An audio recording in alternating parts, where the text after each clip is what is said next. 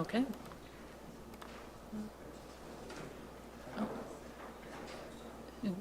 Deputy Mayor, we're live? We're live. Thank you very much. Good morning, everyone. I'll now call this meeting to order and hand it over, please, to Councillor DeLeo to read the land acknowledgement. Thank you. Through you. Good morning, everyone. The town of Wasaga Beach acknowledges it is located upon the traditional territory of the Anishinaabe people of the Three Fires Confederacy. We also acknowledge that the people of the Wyandot Nation also inhabited these lands. We acknowledge that these nations were sovereign nations existing before the arrival of settlers. We respect the spiritual interconnection among these nations to the land and to the water. We also acknowledge that waterways near us have a long history predating European arrival. Since time immemorial, waterways were the lifeblood of the indigenous people by trade and hunting routes. We are dedicated to inclusivity of First Nations, Inuit and Métis people in our future stewardship of the land and the longest freshwater beach in the world. In the spirit of reconciliation, we welcome the opportunity of learning to be sustainable caretakers of the land and waterways for all future generations. Thank you. Thank you very much, Councillor DeLeo. Moving on the agenda, number 2, proclamations. We have no proclamations today. Number 3, disclosure of pecuniary interest. None have been provided at this point, but if you find yourself in that situation, please make me aware right away. Moving on to the adoption of the agenda. Recommended motion that the contents of the agenda for July 11th, 2024 be approved as circulated. Can I get a mover and a seconder, please? Moved by Councillor Belanger, seconded by Councillor DeLeo. All those in favor? And that carries. Approval of the minutes, the council meeting minutes of June 27th, 2024, that the minutes of the regular council meeting held June 27th, 2024 are hereby adopted as circulated. Mover and a seconder, please. Councillor White, Councillor Timms, all those in favor? And that carries. The special council meeting minutes, that the special council meeting minutes held June 27th, 2024 are hereby adopted as circulated. Mover and a seconder. Councillor Ego, Councillor DeLeo, all those in favor? And that carries. For the statutory public meetings, number 6, we have no statutory public meetings today. We do have a presentation, and I will turn it please to Fire Chief Craig Williams to provide us an introduction to our guest. Thank you very much. Thank you and good morning, Madam Deputy Mayor and members of Council. Today's presentation is being provided as a result of a Council request from March the 28th for a better understanding of the wildfire prevention and preparedness plans for Wasaga Beach. Please join me in welcoming Ken Cox. He is the Southern Region Fire Advisor of the Aviation, Forest Fire and Emergency Services branch of the Ministry of Natural Resources. Ken is a subject matter expert in wildfire prevention and tactics, and he actively leads frontline forest firefighting efforts across the province. Ken is an extremely valuable resource, and we are very fortunate to have him with us today. On June 7th, members of the fire department joined the park staff as well as Ken for a tour of the Wasaga Beach Provincial Park to gain an appreciation for the forest topography, fuel types, and potential natural and human-caused ignition sources. This meeting was a unique opportunity to collaborate and plan for future coordination. I hope that you find today's presentation both interesting and reassuring, and that we can use this as a foundation for future fire prevention strategies. The latest version of this presentation will be uploaded to the town's website following today's meeting. Thank you very much, Chief, and welcome, Ken. The floor is yours, please. Thank you. Thank you very much, everybody, for having me today. Thanks, Greg, for that introduction. It makes me feel really good about myself. So yeah, I had the pleasure to come down to Wasaga Beach there and meet with Craig's team and the team at Wasaga Beach Provincial Park, led by John Fisher, and what an amazing area you all have. So I'm happy to come and present and speak to Wildland Fire. I like to speak, the clicker's not working, Alex, but that's okay. I like to speak to Wildland Fire as a provincial whole, to give you a good, thorough understanding of how we respond to wildland fire and how we provide you a service too if Craig or any delegates underneath Craig ask for our assistance. So the province of Ontario, fairly large landmass, You're not governed by the Forest Fire Prevention Act, being outside the Fire Region of Ontario. Your outdoor burning regulations and bylaws are set by, of course, yourselves and the chief, the fire chief. But north of that squiggly black line you see on your screen, that's called inside the Fire Region of Ontario. That's where me and my team, the Ministry of Natural Resources and Forestry, have our authority under the Forest Fire Prevention Act. So that being said, we're responsible for management of wildland fire north of that line in the whole of Ontario. But we're not the only entity that does that. We partnership with many First Nation communities, municipalities, Department of National Defence, federal parks, you name it. There's a lot of other partners inside that area of Ontario that are integral to the safety of Ontarians, the safety of Canadians, and wildland fire management on the lands. South of that line, we don't have authority to manage fire, but we absolutely do have still a partnership opportunity. So heaven forbid you ever have to call 911, report a wildland fire, and it's exhibiting problematic control, so a control state that Craig needs assistance. He's more than welcome to call us, and we will assist if given our legal obligations to north of that line aren't exceeded.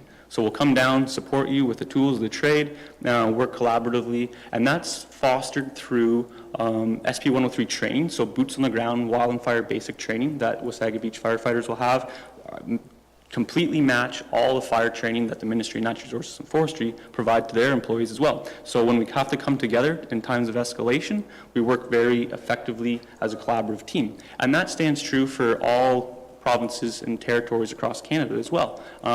Wildland fire demands resources that expand and contract based on fire load. And I'm going to talk about that in a little bit in my presentation, but you can attest to fire doesn't respect lines on the map, right, or in the lands. Fire will travel across lands, borders, geographical boundaries, and that demands agencies work together collaboratively and expand as needed for wildland fire events. Down here in the south, what's unique to you all is that if a wildland fire did occur on the provincial park lands, when Craig asks for our assistance, if not, or if he does, there's no cost to him for us to assist him. Furthermore, the ministry will recompensate him 100% of his costs for fire suppression that start with an event that starts on Crown managed lands. So a pretty interesting stat that not a lot of folks realize until I get to talk to about it in council. Fire chiefs, of course, always know that. Now, when a wildland fire occurs in the private owned areas of your jurisdiction, that's only reimbursement of 75% of the cost. So if I send down a CO 415 water bomber and a bird dog, and it costs, about $10,000, Craig's team is only on the hook for $7,500 of that 10 grand. Does that make sense? That's how we have cost sharings and all those good things. I like to talk about the money aspect of it for councillors because they're quite interested in it usually. Tools that I bring to the table and my team brings to the table is a Twin Otter water bomber. You're probably going to see it down here in the south more often than not. A very, very highly capable aircraft. And of course we have the CL-415, which is a staple point for Ontario and Canada. All provinces and territories, for the most part, not all of them, but most of them, have a fleet of heavy water bombers, such as the CL-415. Ontario, you as Ontario taxpayers, you own 9 of them. They're operated daily throughout the fire season and pre-positioned based on local hazard. So wherever in the province of Ontario, think back to that map I showed you, where if Red Lake way up in the north or Cochrane has the highest hazard, most of the resources are allocated to that area to match the hazard. Vice versa, same thing for down here in the south. The role of the CL-415, contrary to what a lot of people ask me about in my public engagements, isn't to extinguish fires. We can't have, unlimited amounts of them just to extinguish fires and not have firefighters. Their role is to scoop up 6,500 liters of water, that's 1,700 gallons in about 12 seconds, drop it on a high-intensity fire, such as you see is in the foreground, and the background, and reduce that fire intensity. So either Craig's fire department members, my ministry fire department members, Mexico fire department folks that are coming up to assist us, they're not compromised by fire behavior safety. The CL-415 diminishes that. And then the boots on the ground firefighters follow up the perimeter of the fire and extinguish it. Works very effectively as a team. Works really good. Comes together pretty well. 9 times out of 10, if Craig asks for our assistance, we're going to come via helicopter, same ways for the most part of our province. Now, when we're responding via helicopter, it doesn't just give us an eye in the sky, it also allows us to be able to see where that fire is burning, what it's burning in, and what it's going to burn in the future. It also gives us a quick turnaround time. You can think back to that map I showed you of Ontario, and there was the Haliburton Fire Management Headquarters located in the center. That's where I'm from. That's a large area to respond to out of one base. So a helicopter's quick flight time would put us here in about 45, 50 minutes for the time that you call. So that in terms of spin up and response. Incredibly highly valuable assets to us. We don't just own and operate our own fleet of yellow birds, yellow helicopters and aircraft. We also hire out, on a busy fire season, about 200 rotary wing assets. So those helicopters can come from any private company in North America for the most part, and they include any shape, color, size, configuration. Nice thing about some of them, this one here, for example, doesn't just drop off a fire ranger crew to suppress that fire. It also comes dual equipped with a belly tank underneath it. So it sucks up about 250 gallons of water and drops it on the fire's perimeter, allowing a one-strike concept that allows forest firefighters or municipal firefighters to jointly suppress the edge of a fire with aerial assets as well as a one-strike concept. Very effective, very efficient, and a tremendous part of our team. So with that, that should give you a pretty good idea of who I am, what the ministry brings to the table, and how we partner with Craig in response. But now we're going to talk about fire. I'm going to switch gears completely here and talk about what does fire mean to us. So fire is a natural part of this land, this great land that we call home. It has occurred for time immemorial through lightning-caused phenomenon, as well as First Nation application of fire that fostered and built tremendous habitats and regimes for a variety of species that call this great land home. 2021 is a very interesting year, and I like to speak to it to all my presentations because it was the busiest fire season we had in our recorded history since 1995. In total, just under 800,000 hectares consumed. If you can think about that in terms of a land mass, it's just a bit bigger than Algonquin Provincial Park. So that's how much fire was on the landscape in Ontario in 2021. Granted, that's not all bad. A lot of people hear that and think it's all devastation and whatnot. It's absolutely not. Fire is a critical part of the environment. I'm going to talk about that in a couple more slides. But you'll see here in the stats, 1,000 of those fires were full suppression objectives. That means we hit it with everything we had to make sure those fires didn't threaten anything of human value or burn down anything of human value. Another 140 fires and change, we let burn. Even though they started naturally from lightning or incidentally from humans, we let those fires burn because they weren't going to threaten anything of human value. The benefits that fire provides to the landscape far outweigh the need to suppress them in some cases, especially the further north you go in Ontario. Interesting stats for us is that about 3/4 of fires yearly are lightning caused, whereas about 25%, a quarter of them, are human caused. Those numbers will be very much so flip-flopped for Craig's team because of the land mass the ministry covers. A huge, tremendous land mass where there's no communities means no human-caused fires, and we're just responding to lightning fires. Vice versa. Craig's team and Wasaga Beach Fire Department responds to a lot more human-caused fires than lightning. Granted, lightning will still occur even if you have a perfect prevention messaging campaign and not one single human ever starts a wildfire for you in the future. Lightning can still be a cause for you here in Wasaga Beach, just to keep in mind. Here's a map of 2021 to give you a picture of where the fires were on the landscape. You'll notice a tremendous amount of fire up in the northwest, up in Kenora and Red Lake District, not so much down here in the south. And why was that? Well, it predominantly has to do with weather patterns, but it also has a combination effect of the fuel type. And I'm gonna talk a lot about fuel type here in a second, but first I gotta talk about yearly trends. 2022, why did we only see 200 fires, or 275 fires, sorry, exactly, on the mark for the ministry? Well, it's because we never dried out to a lightning-prone state. Forests have to dry out for so long to become lightning receptive. And if Ontario's routinely hammered with cellular development and thunderstorms and precipitation every 3 days or every 4 days like we're seeing now, we won't get those arrivals. We just have to contend with human-caused fires for the most part in spring-up conditions. So 2022, granted, was a very slow year for us, thank goodness. Gave us a break before 2023. 2023 is probably the reason why I'm invited to speak to you all. It's hot on everybody's radar, pretty hot topic, no pun intended, wildfire now. Nationally, we've seen just over 18.4 million hectares of forest being consumed in Canada. To put that into perspective, traditionally we see about 4 million hectares consumed. So you're looking at more than 4 times the amount. in 2023. That impacted a lot of folks, got a lot of media attention, and hit a lot of news channels, gathering a lot of concerns for folks across the country, as well as, of course, here probably in Wasaga Beach.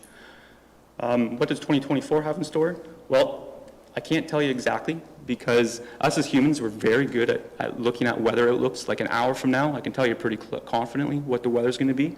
2 months from now, pretty much a shot in the dark in terms of predicting what's going to happen. What I can attest to is we're seeing a lot of fire on the landscape right now up in the west. So on the map right here that you all have on your screens, that's the current fire situation as of yesterday at 11 o'clock, I believe, that SNP says. So lots of fire in the landscape up in British Columbia, Northwest Territories, Alberta, and a lot of fire assets are going there right now because we're getting hit with a subtropical or post-tropical cyclone, I believe it's identified as. We're getting lots of rain. So when Ontario's in a situation where we're not going to get fire load, we're going to ship out our resources, whether it be water bombers, pumps, firefighters, to other agencies across Canada as well as North America, Montana, Idaho, Oregon. We'll ship them out there to assist them in their escalated fire response. The same thing happens when we're in very hot and dry Ontario is, such as in 2021 and 2018 as an example. We'll have Mexico crews, Australian crews, you name them. International assets will come in and support Ontario just like we support them. Make sense? And that's how it works out. So why does that matter? Why do we need to suppress fire in problematic states? Well, it's pretty simple. It's because sometimes it burns, it consumes things of human value, right? You look at the devastating effects of 2011 in Slave Lake to 2016 in Fort McMurray to just last year, there's countless. I could go on and on and on. There's been a lot of unfortunate events that have unfolded from wildland fires occurring on the lands that they traditionally did for thousands of years, for time immemorial, but we've plopped permanent infrastructure in a fire-prone regime. So it's up to humans to learn to live with fire on the landscape. Not only is the negative impacts derived from the heat and the flames, but also smoke. Now, if you can think back to June 4th, 5th, 6th, 7th of last year, was Wasaga Beach impacted somewhat by smoke in that time frame? Yeah, I see some heads going up and down. Great. A lot of Southern Ontario was, and this is why. I got to talk to it because everybody asked me. After, unfortunately, Nova Scotia, the south half of the province, experienced an escalated fire situation. I think they lost about 141 homes on the one incident. A stationary low developed over top of the Maritimes. And what that stationary low does is it drew down, I drew a red arrow on this map, and it drew down cool but dry, keyword dry. I'm going to teach you about that in a little bit. Arctic air, and that Arctic air not just fueled wildland fire, but also pushed all that smoke that was a byproduct of fire's combustion down into southern Ontario. Hence the immense waves of smoke and smog, for lack of better words, that probably rippled over Wasaga Beach and probably you all have to contend with. I know my phone was ringing off the hook during that time. I don't know if you had any fire reporting calls during that time or not, but that'll happen. So that being said, wildland fire's positive impacts far outweigh the negative impacts for every other species aside the humans. For pretty much every species that calls this great landmass home, fire either directly or indirectly benefits them. I took this picture in 2021 flying out to a Mexico 20 pack that's up there in the fire. That's about 25 kilometers of flame front backing towards the Manitoba border looking north, and it showcased fire's mosaic patterns it develops for different species habitat over time very well. And what happens here is you have the new fire coming through in 2021. It looks like it would devastate the entire forest, right? You would think you'd have nothing but black trees and barren landscape. It's not the case. Fire spots and jumps continuously over swamps, low-lying areas, different types of fuel types. We'll teach you all about that. And it doesn't burn in a clean swath of destruction of the forest. It simply doesn't. When it burns at different intensities that set a stage for new forest succession and new vegetation that benefit different species. Species such as the Kirtland's warbler, which was almost extirpated. I think I said that name right. Anyway, the species at risk folks on the listening in will laugh at me, but it's a little bird there that was only one breeding pair at one time there in Garson Petawawa. The reason why is the Kirtland's warbler demands a forest successional stage of about 25, 35 years of jack pine forest to nest in. It's a predominant nesting habitat. Without fire occurring 25, 35 years ago, you've effectively reduced any possibility of that bird being able to nest in Ontario. So pretty significant amounts of indirect effects of fire 25, 35 years down the road, right? Now, more recently, After a forest fire passes, such as you see here on your screen in 2012, you can see the forest stand is still more open. It's susceptible to more herbaceous growth that feeds woodland caribou, deer, elk, moose, bear, you name it. Tons of different species. So I could go on and on and on, but I won't because I'm here to respect your time and teach you about fire risk, but I got to talk about the benefits of it, and I got to talk about prescribed burning. So that's how my team respond to wildland fire with the water bombers and crews and all those good things, and partner with Craig. But we also do that too with the application of fire. So because we've done a very good job in the last 100, 120 years of suppressing fire, it's important that we reintroduce fire to benefit three things: ecological aspects for those species, silvicultural aspects for rejuvenating forest stands such as white pine seed bed, and then hazard reduction. So those three key goals are in mind whenever we do prescribed burns, and prescribed burns are tremendous assets for us in our tool of resource management and forest management, lands management, grassland management, to be able to have fire in the landscape in a safe, controlled, meaningful measure, and be able to apply it under low or moderate conditions to burn off fuels, revitalize a habitat, and have it almost actually a lower hazard given the greened up summer conditions later on down the road. So lots of benefits to prescribed burning. And more to come on that. If you have any questions on that, I'm happy to speak to it. Okay, I got to switch gears completely and talk about fire. Oh, I'm actually 2 minutes ahead of schedule, so we're laughing. So I'm going to teach you all about fire. I know some of you know a little bit more about it than not, but I'm going to try and teach Craig here something about it too. So wildland fires start because of three elements coming together. Okay, you got heat, oxygen, and fuel. Heat could be a lightning strike. It could be a tree on a power line. It could be a vehicle fire that's caught on fire and spread to the bush. Arson, criminal intent, you name it. When the application of heat is applied to dry forest fuel and combines with oxygen, you get flame. And that's the beginning of a forest fire, or a wildland fire as we call it. Once that flame starts, it builds on the fire environment around it. So that's topography, weather, and fuel. Topography is quite simple. And Wasaga actually has quite a bit of a topography feature as well in the sand dunes inside the provincial parks boundary, notably. Fire grows quicker upslope than downslope. And why is that? It's because when a fire is occurring, it's releasing its heat convectively aloft of it, atop of it. And when it releases that heat atop of it, if it's occurring at the bottom of the slope, it's actually preheating the fuels in front of it. So the ignition point of the fuels, or the ignition time of the fuels ahead of it, are quickened and exponentially grow the fire uphill. Vice versa, downslope. If a fire is on the top of the slope and trying to burn down, it takes much longer for it to preheat the fuels beneath it to ignite them to continue to support combustion going down the slope. Pretty cool, eh? Nice thing about Wasaga, I'll speak to it now. I wasn't going to speak to it until I talked about Wasaga's specifics. But very fire safe in terms of topography side of the triangle, because if you look at those parabolic, I think they're called parabolic dunes. Yeah.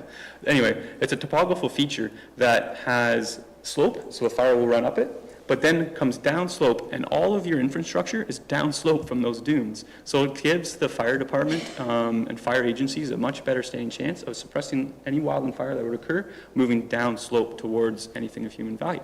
Upstand chance. Not many folks have that in Ontario, but you guys are one of the few. Weather is a huge denominator of wildland fire. I'm going to talk about that in a little bit. But look at this, fuel and fuel. You got two common denominators there.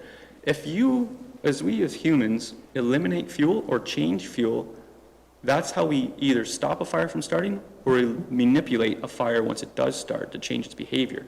And fuel is how Craig's team and my team suppress wildland fire or apply fire. We're going to talk about that. So it all has to do with the amount of fines, and it all has to do with how they're arranged. So I put up here 4 very different fuel types, 4 different types of forested stands that you might see here in Wasaga Beach. And I plotted it with an even weather pattern map for a day's burning period. On May 11th of 2023, you've seen a temp of 23, an RH of 34, and a wind speed of 10. So what that meant was it was a beautiful spring day, clear, not a cloud in sight. But if a tree fell on a power line on each of these 4 different types of fuels, that fire is going to burn completely different, even though it's the exact same day.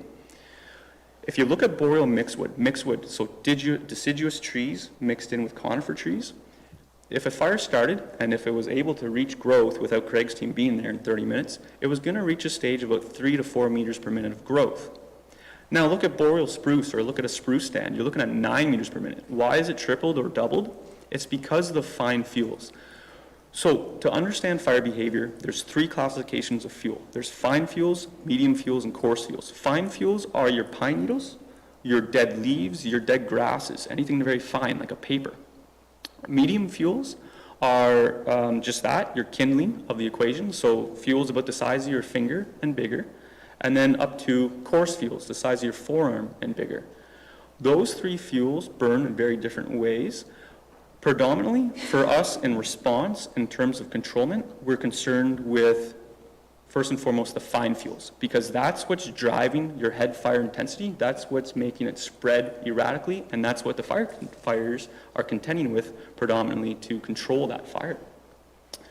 When you look at the boreal spruce, what stands out? It should stand out that there's tons of pine needles, both vertically and horizontally arranged, that promote aggressive fire behavior. I'll just say the word aggressive. I usually don't like saying it. But vice versa, you look on the top left of your screen, what stands out in there? The conifer component is very spaced. There's not a lot of laddered fuels, so not a lot of pine and spruce branches that go from the forest floor right up to the treetop. They're very separated, both vertically and horizontally. That doesn't allow fire to spread through that forest stand nearly as quickly as it would through a pure spruce forest, as an example.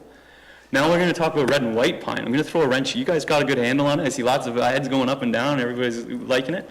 Red and white pine, I'm going to throw you a wrench. Conifer, right? So you would think it would burn just as much as spruce, but it doesn't. The reason why red and white pine don't burn nearly as much as spruce is because of the self-pruning tactic that they have on their lower branches. When you think of a beautiful, huge white pine or red pine, what stands out is that the crown base height is probably 10, 20 meters above the ground, depending on the height of the tree.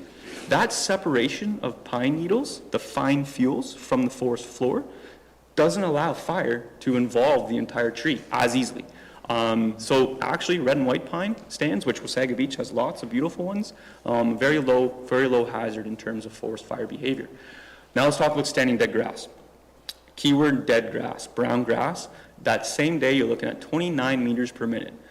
Standing dead grass is a major red flag for us in wildland fire, and that's not what the public generally assumes when you think of wildland fire. The public usually looks at the forest and thinks the forest is a higher fire hazard, right? Where in actual fact, it's the grassland.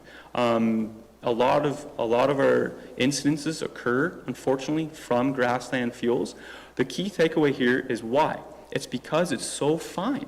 Right? You have a continuous arrangement of very fine fuel that exponentially allows fire to travel through it unbroken up, such as by a deciduous species that holds moisture. That being said, grass and deciduous stands are only a hazard for a small period of time in the spring right after the snow leaves until green up. Once green up occurs and you get broadleaf components of maple, beech, oak, any of your deciduous trees, as well as grass species and herbaceous materials, hobblebush on the forest floor, that green vegetation is actually a fire prohibitor. And actually, that standing grass tract, once it's green, is actually a safety zone. The spread rate will go from 29 to, as it greens up, 0. And that's where Craig's team and my team would retreat to if we had to find a safety zone. Pretty interesting stats, eh? Now, you learned all about fuel. Now you're experts on wildland fire fuel. We're going to talk about weather. So weather, very huge denominator in terms of fire behavior. And I like to look at case studies. So let's back up the clock to 2012 in July. And the closest fire behavior weather station that I had to you here is in Muskoka. And we had a drying trend there that posed problematic control on the 14th, 15th, 16th day of drying. Why is that?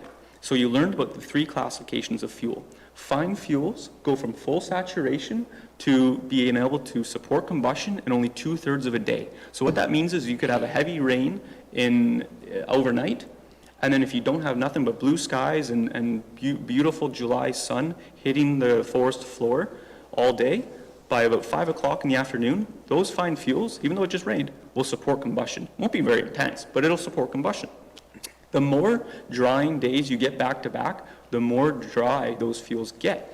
Eventually, you get to a state where the medium and coarse fuels dry out to a state too, that when it does rain, such as I circled in 5 mils of rain on your screen there, it doesn't absorb that rainfall.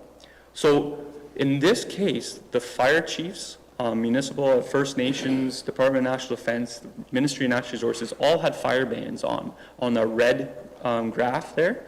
When we got the rain, you would think, and the public would think, oh, well, it rained, so we're not a fire hazard anymore. Not the case, because 2/3 of the day, the fine fuels would dry out, and right back after, we're into problematic control stages again, because it wasn't enough rain to moisten the medium and coarse fuels. So bear with Craig whenever he has a fire, I'm sorry, I have to say that, because bear with him whenever he has a fire ban in place and people are complaining that you got rain, but why is he not lifting the ban? This is why. We're looking at the forecast, we're looking at how dry the forest conditions were, and we're trying to come up with the best way to keep the public safe and minimize human-caused fires to contend with. That's the whole premise of fire bans. I like to talk about that because I got a lot of questions about it. All right, now we're going to dial right into Fire Smart, and we're going to talk about how to keep everybody safe. Am I on time here, or did I speed her up? Nope, perfect on time. 1 minute behind, so we're good.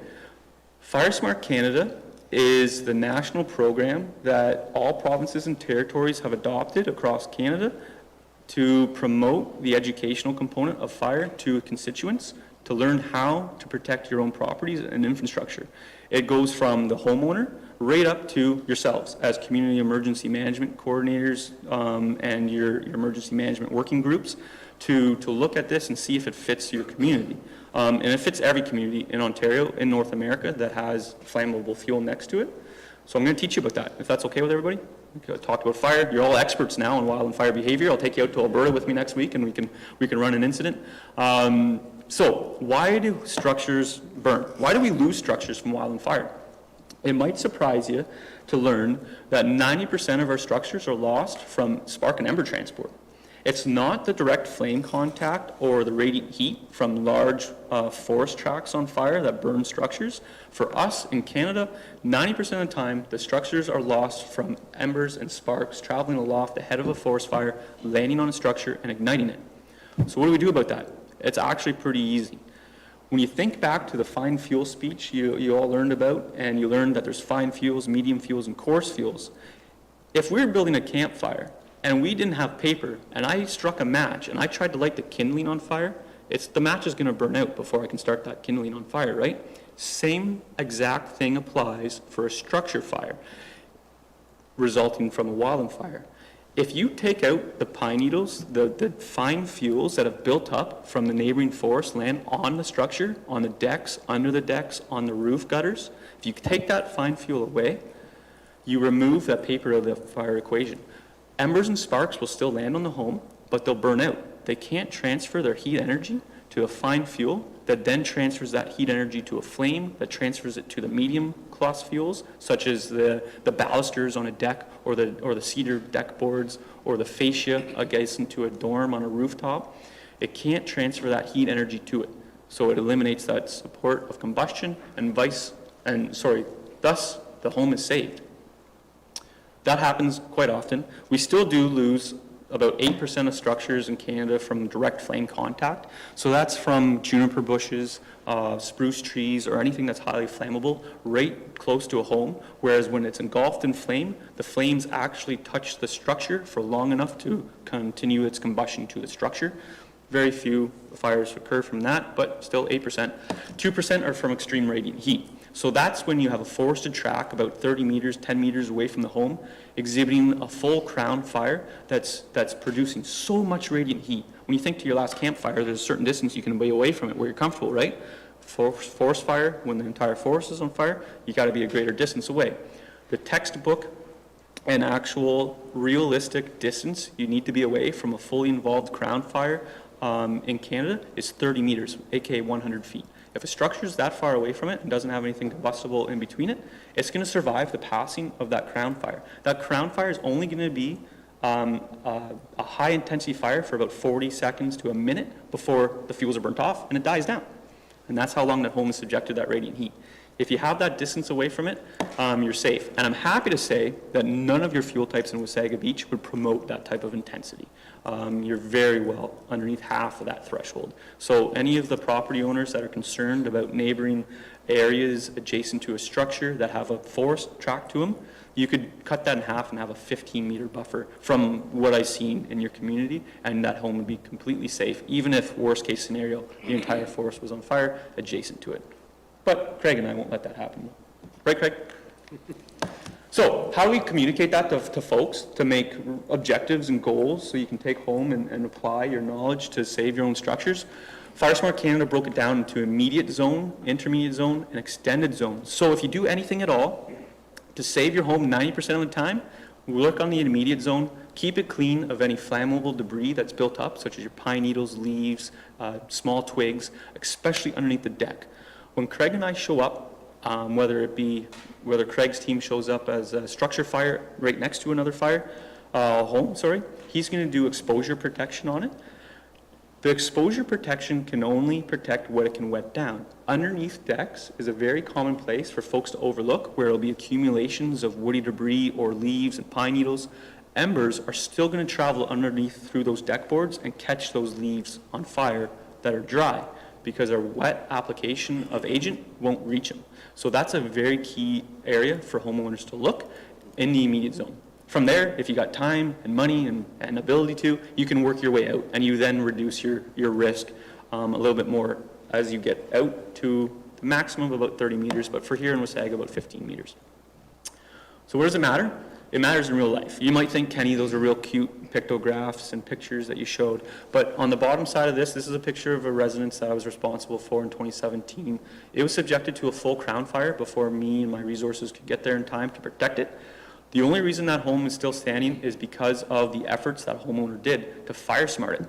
It was subjected again to a full crown fire, so that means the entire forest was on fire from the forest floor right up to the canopy of the trees, and it was moving towards it. I had to protect other infrastructure, so this one was left on its own via triage. Thank goodness the people evacuated when they were asked to by the RCMP, and the home lived. Why is that? It's because they separated the conifer component in that immediate zone, intermediate zone, and extended zone within 30 meters of the structure. They took the fuel, separated it, so a fire had no fuel to continue to burn. It had to drop to the ground. No fuel, no fire, right? The fire continued to burn at low intensity, smoldering on the ground towards the home, essentially self-extinguishing, that's a big word for me to get through, at the home once it reached the home. Now you might think, oh, Kenny, that's good for the 10% of structures, right? But what about the 90% causes of ember transport? That home was absolutely plastered with burnt out pine cones and burnt out small pieces of woody debris in the windowsills, huge buildup of black ember debris from the passing of that fire, from the firebrand storms. They removed all the fine fuels from it. So all those embers, although they hit the home and they landed on the home, they didn't have anything to contribute their heat energy to. So they just burnt out. They didn't have the paper in the equation, the fine fuels in the equation. They saved their home. They had a home to come back to, whereas the 6 others down the street didn't. So that's where FireSmart Canada matters, and that's where this messaging actually matters in real life for Canadians and as well as here in Ontario. These are things to avoid when we talk about the areas, and if you do anything at all, it's please consider replacing cedar shake roofs with a steel roof or an asphalt shingle roof, and please keep it clean of fine fuels such as the buildup of pine needles, vice versa, builds up with dead grasses and leaves. Keeping your firewood next to a structure is a hazard for wild and fire embers, sparks to collect and cause the structure to be lost, as well as you see here in the bottom right, juniper bushes and a buildup of fine fuels on and under the deck.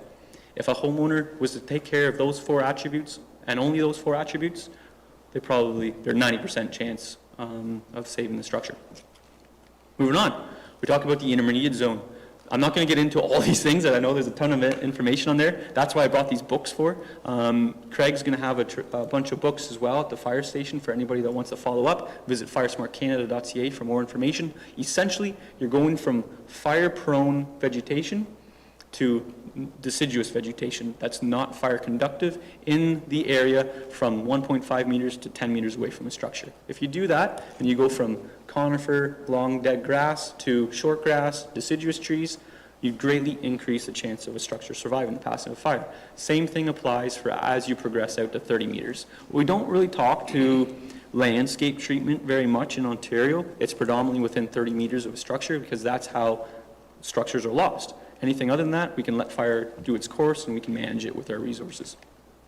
Ultimately, we want to go from a whole society approach that goes from homes that look like this to a home that looks like this. It's the exact same home after it's fire smarted. Craig and I stand a much better chance of saving this structure from the passing of a wildfire versus this home, for examples.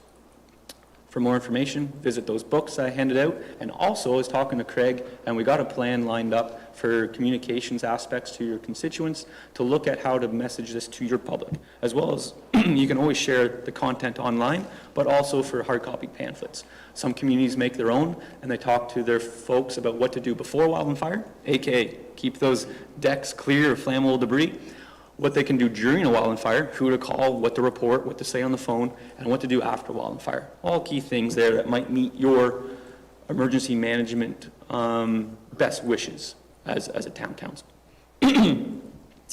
So let's talk about Wasaga Beach. Make sure I'm on time. I am. Perfect. Okay, so here's an area there, I think this isn't Veterans Way. Is this, what's the name of that road? Golf course. Golf course road. Sonic Park Road. I just drove up it there today. I should have known. I wasn't paying very much attention. I guess I was just daydreaming about the presentation. On the left-hand side, you have the beautiful provincial park. On the right-hand side, you have beautiful subdivision, lots of great homes. So a lot of folks might think, well, the provincial park is a fire hazard and whatnot, and it's not the case. In actual fact, the provincial park is predominantly a low fire risk. It's a lot of deciduous fuel types, a lot of breaks in continuity of conifer. So your red pine, your white pine have that natural separation.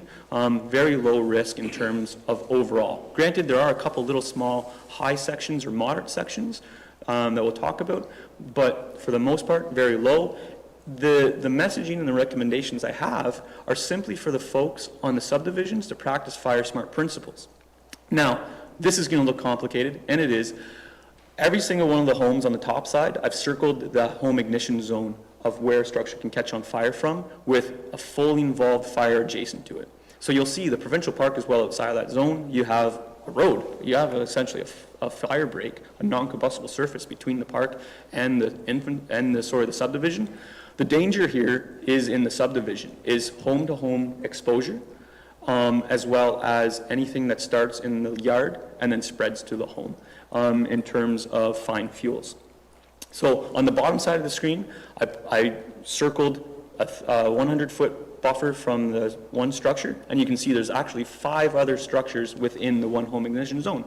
So Fire Smart Canada is, as much as it is an individual concept, it's also a whole society concept. If your neighbors do their part too, they can better protect their neighbors from the loss of home-to-home transfer or whatever may be wildfire transfer. Here's the map that I created there with Craig on John Fisher and the folks. I'm just going to have a drink of water. You guys got me going. Overall low, right? You can see there's lots of deciduous component. This is an algorithm of what I've seen, what I physically observed when I was going around with Craig's great team and John's great team. They showed me around everywhere. It's also an algorithm of what I've seen and what I projected on satellite imagery. So not all these areas, I didn't look at every square inch, obviously, of your beautiful area, but I looked at as much as I could and then used that information to then back up the satellite imagery. And you'll see here, you got a little bit of a high section on the right-hand side, just a tiny little bit, and then a tiny little bit of high section over on the west side of your area. The rest of it's low. And you can be very well rested assured that Craig's team with fire hydrants is 100 meters on Veterans Way.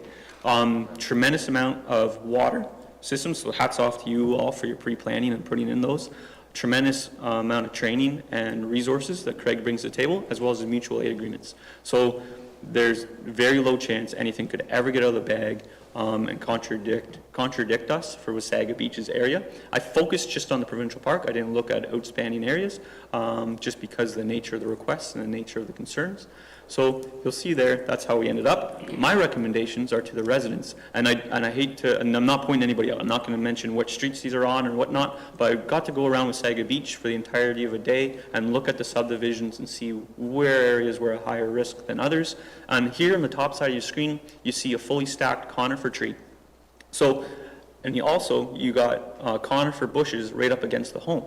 So let's say an EV car, I like to pick on the EV car sometimes, but because they're hard to extinguish. I don't know about you, Craig, but I have a tricky of a time extinguishing those things. You got an EV car that lights on fire in the cul-de-sac. It emits sparks and embers and transport from the burning material of the vehicle to that home.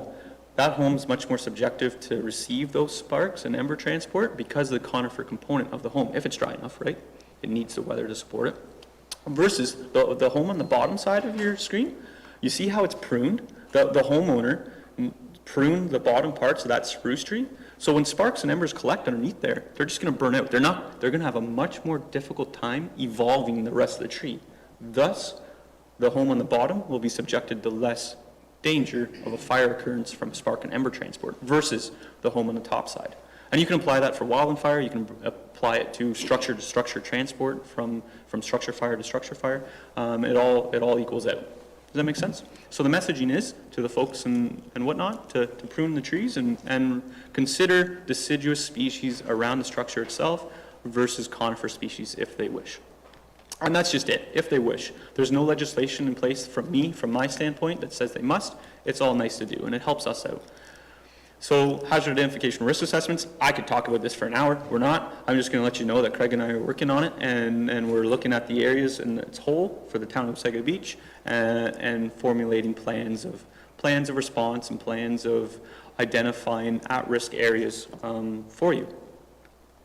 Oh, I got another one there up. And that's it for me. I'm 2 minutes over. I apologize, but for more information, visit firesmartcanada.ca. You can check out the Ontario Interactive Fire Map as well as the Federal Fire Hazard Map. Of course, Ontario, my weather databases don't support Wasaga Beach because they're just to the north of you, but the federal one does. And then, of course, Craig keeps tabs on the fire danger rating, which actually you have a beautiful sign there too, and by the way, in front of the fire hall. The digital one tells you what the daily fire hazard is. And that's all based on weather that you now know about, how the weather changes, but the fuel stays the same, so we change fuel to complement the weather to prevent a natural disaster. Make sense? That's it. Thanks, everybody. Questions now. The ministry person's at your disposal. Thank you very much, Ken, for your very in-depth presentation. Your passion for what you do is evident, and obviously great expertise, so we appreciate the information coming forward to our community. I'll turn it first to the Chief. Was there anything that you wanted to comment on in regards to Ken's presentation? Just did I mention that he's a subject matter expert? He knows what he's talking about. Just thank you again, Ken. And we talked about the Fire Smart program. That is a program we're going to be looking at next year for our community and focusing some of our communication efforts specifically on the homes that surround the provincial park. And this will likely take multiple years in order to get to all the residents, but we now have a starting point, and we're looking forward to launching that program here. Fantastic. Thank you very much, Chief. And I just want to make note to thank the firefighters that were also here for that great presentation. They just left the room just a couple of minutes ago at your finishing. I'll turn it first to the floor for any questions. Councillor Ego. Thank you, through you, Deputy Mayor. Thank you very much, Ken. That was fascinating. Okay, I'll be quick here. I'm looking to the future as we have so much development going on here. And wetlands, you mentioned green, certainly as a good barrier. So we should be very diligent on what happens in wetlands or try and preserve it where we can. Oh, yeah. So that's a great point. Thank you for bringing that up. Wetlands are very interesting. There's different types of wetlands in the way that they shed the water that comes into them. And I'm not familiar. John Fisher would be an excellent resource, as well as the folks at MECP, as well as the Conservation Authority, I'm sure that you're in touch with, as well as, of course, your Ministry of Natural Resources and Forestry. Ministry of Natural Resources, we lost the Forestry. Ministry of Natural Resources, district office at Midhurst, they would be the ones to be able to answer the wetland contributions and how fast they dry out. Under extreme weather conditions, to answer your question, I do have fire spread in wetlands. If it's extreme drought conditions, those wetlands can dry out depending on what type of wetland there are, especially Labrador Tea up in the north, not that you have any. I did notice a lot of cedar low-lying areas. Those cedar low-lying areas, when they're holding water, they're not fire receptive, right? They're very hard to get to burn. When they're dry, they can burn, but very much so low intensity. So the wetline areas very much so are a prohibitor to fire spread in general. I would say in general. They will still burn, so don't hang me out to dry. If you ever have a wildfire event and it burns through a swamp, they can still burn, but usually much lower intensity. If that helps. So much. And one more question. Thank you for your list of recommended trees, because developers replant in areas after they've cleaned out, so that would be a good list for our reference. Okay, thanks. Perfect. That's excellent. Thank you, Councillor Ego. Councillor DeLeo? Thank you, through you. Really informative presentation. Thank you. I learned quite a bit. This question is for Chief Williams. So you say you're going to implement this next year, correct? Will the homeowners get any information? I really enjoyed the trees part, because if you look around, there's a lot of homes with overgrown trees, and they're not trimming them. So are you going to send out maybe notices and at least educate them that it's a fire hazard and for them to trim them down? Thank you for the question, Councillor DeLeo, and through the chair. Yes, so the pamphlets that were shown on the screen, and I believe there's some copies around council chambers, we're able to take those materials and brand them ourselves as well and use those as tools within our community. So I envision it as we will do a community-wide communication plan to let everybody know about the general principles, but that we will have a targeted focus on homes that are in a higher risk zone, and that will likely include the firefighters doing a door-to-door campaign and speaking individually to homeowners and even touring their properties to show them, you know, those areas of the property that they can put effort into to reduce the chance of fire spread. Thank you, Chief. Any questions? Any further questions? No? Okay, I just have a couple of comments myself. I think your team's going to do a fantastic job in educating our community and being able to leverage this knowledge, this additional knowledge. You guys do such a phenomenal job being so present, whether it's at the farmers market or the seniors expo and whatnot, and this type of literature I think is going to go a very long way. The photos that you showed, Ken, where you've got all the cedar leftovers on the decks and whatnot, being a cottage community as well as an urban community, we have a lot of that. We have a lot of wood stacked up. We allow and permit burning and fire pits without any permit required. So, so all this information is very, very important. And I'm so relieved to hear that our forest is as well planned and as well managed as it is, because when you drive by it, you see a lot of debris and fallen trees and whatnot on the forest floor. So thank you for taking the time and ensuring that our community is safe and putting your expert eye on it. And I look forward to further updates going forward, Chief, in regards to implementing this plan. If there's no further questions. No questions from the mayor. I'll just note as well, please, that the mayor is online through Zoom. Okay, so that the presentation by Ken Cox, Ministry of Natural Resources and Forestry pertaining to wildfire preparedness and awareness be received for information. Looking for a mover and a seconder, please. Councillor Belanger, Councillor Ego, all those in favor? And that carries unanimously. Thank you very much. Thank you, Ken, for taking your time and spending time in our beautiful community.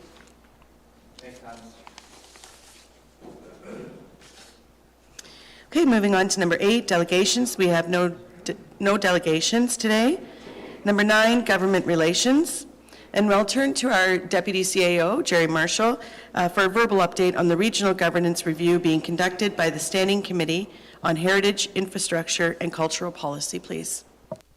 Thank you, Deputy Mayor. I attended a session on our behalf on Monday in Aurelia with the Standing Committee, and It was an all-day session. There's about, I think, 15 or 16 speakers, presentations, and so I sat through the entire day just to listen to the conversations. And really, there was 3 items that I wanted to share with council that I think council should be aware of, and maybe take under consideration for further direction to staff or consideration at a future council meeting.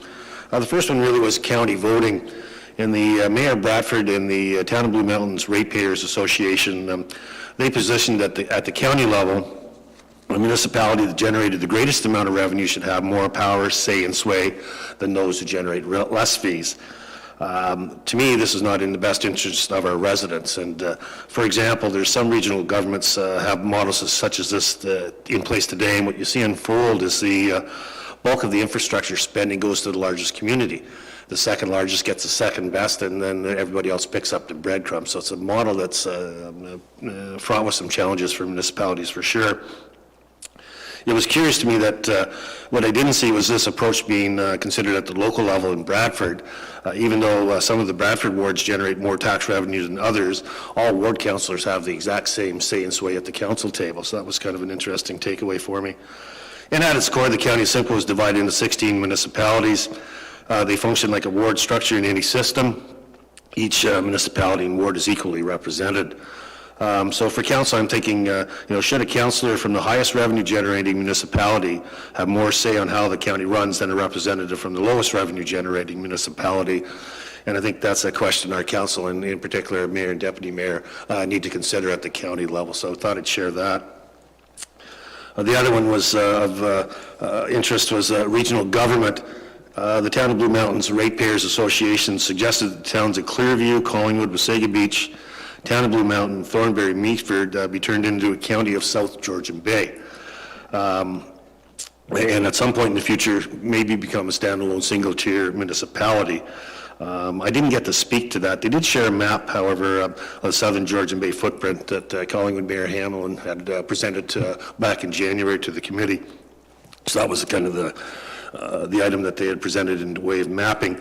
I didn't get to speak to this publicly, but I did share at the break with some of the committee members that I spoke to that this conversation has not been under any consideration by council or staff of the municipality of Town of Wasaga Beach. It's not been something that we discussed and even considered, nor have we ever entertained displeasure at being a member of the county of Simcoe. So that one was an interesting conversation that involved us in a conversation that I thought council should be aware of, because we've personally at this table on both sides of the council chambers here have never been involved in. So I thought I should make you aware of that.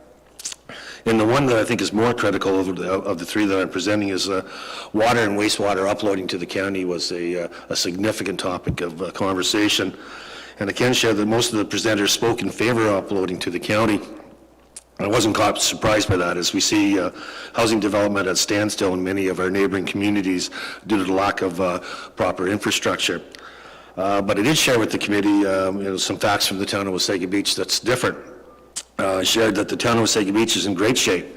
We operate at about 50% capacity. We have plenty of room for growth. We have solid reserves in place, and our rates are the lowest in the county, and that we can consistently plan for the future. I did share a concern that an upload could see us face an unintended consequence of being penalized for doing the right things, making the tough financial decisions to make sure our water and infrastructure was properly presented today and can move forward in a proper fashion. So certainly I don't want to see our municipalities pay a price because we've done proper things and some of our neighboring municipalities have not, and that's a challenge that we don't want to undertake. I also shared with them that under no circumstances or scenario would we support a scenario that would see our rates increase, our residents bear more costs than they should, because we shouldn't be bearing more costs. We've done the right thing. We're doing the right thing today. We are the lowest rates. And I did share with them for sure that our council really made some wise decisions and wise investments over the years, and should this get uploaded, our municipality would be seeking compensation for our investments that we've made so far, and they're not insignificant, in hundreds of millions of dollars. So I did share that with the committee as well. Having said that, though, my sense is the standing committee's recommendation to the province will be to upload this at the county level. That's really, I left with that sense. And my fear of that is uploading will put politics into the pipes, and I think that's the last place it belongs. I think at the local level is where it belongs. So that's my update, Deputy Mayor.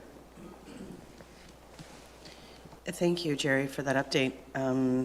Wow. I'll turn first for comments or questions before I weigh in. Nothing? Mayor Smith? Okay. Thank you very much, Madam Deputy Mayor. Thank you, Jerry, for the update. Two things there that are quite concerning. One being that we have never had conversation at the Wasaga Beach level on either side. Our displeasure with being a member of the County of Simcoe. I for as a member of the county municipalities, and I could not support any other desire to be anywhere else but at this point in time. And then, of course, the water, wastewater, although I do understand the challenges of many municipalities, not only with water, wastewater, but any other forms, pardon me, of infrastructure. At this point, should that occur, I think it is important that we soon have some conversation around what compensation may look like for the town of Wasaga Beach, should that be the recommendation, should the province move in that direction. Thank you. Move in that direction. Thank you, Madam Deputy Mayor. Thank you, Your Worship. I wholeheartedly agree with your comments. I find it shocking that other communities would be talking about collaborating or joining or moving Wasaga Beach in any other direction other than where we currently sit without having the courtesy and respect to have a conversation with our senior team and especially our mayor. How that's even happening, I find very upsetting. So I would like to see some direction be provided to staff today to follow up with that and to, if it's the will of this table, that, as the mayor said, my personal feeling, having sit at county, I'm more than happy with Simcoe County and their services and their supports that they provide to us. I personally myself, I have no interest in any conversation of moving in any other direction. Does the general table feel the same way? Yes. And I know that Mayor Smith, as he just said as well, feels the same way. Deputy CAO. Yeah, thank you, Deputy Mayor. Just for clarity, so at the presentation, no municipality put this forward. It was the Ratepayers Association of the town of Blue Mountains that presented it in that public forum. So it wasn't a municipality that put forward. It was the ratepayers from town of Blue Mountains, their Ratepayer Association. Thank you for that clarification. And I would suggest, how do I word this? There's been chatter, let's say, at the county level, where there is undertones of this type of conversations going on through other municipalities, whether it's their senior staff or the mayor or deputy mayor representing that community. So in whatever best fashion yourself and Andrew feel should be communicated, my personal opinion, and I'd like to hear the mayor's opinion on this, is to douse this ember, intentional pun of our previous presentation, but so that it's just done and put to rest, because I don't think there's any reason that any of this conversation should be going on, including our community. Mayor Smith, do you feel the same?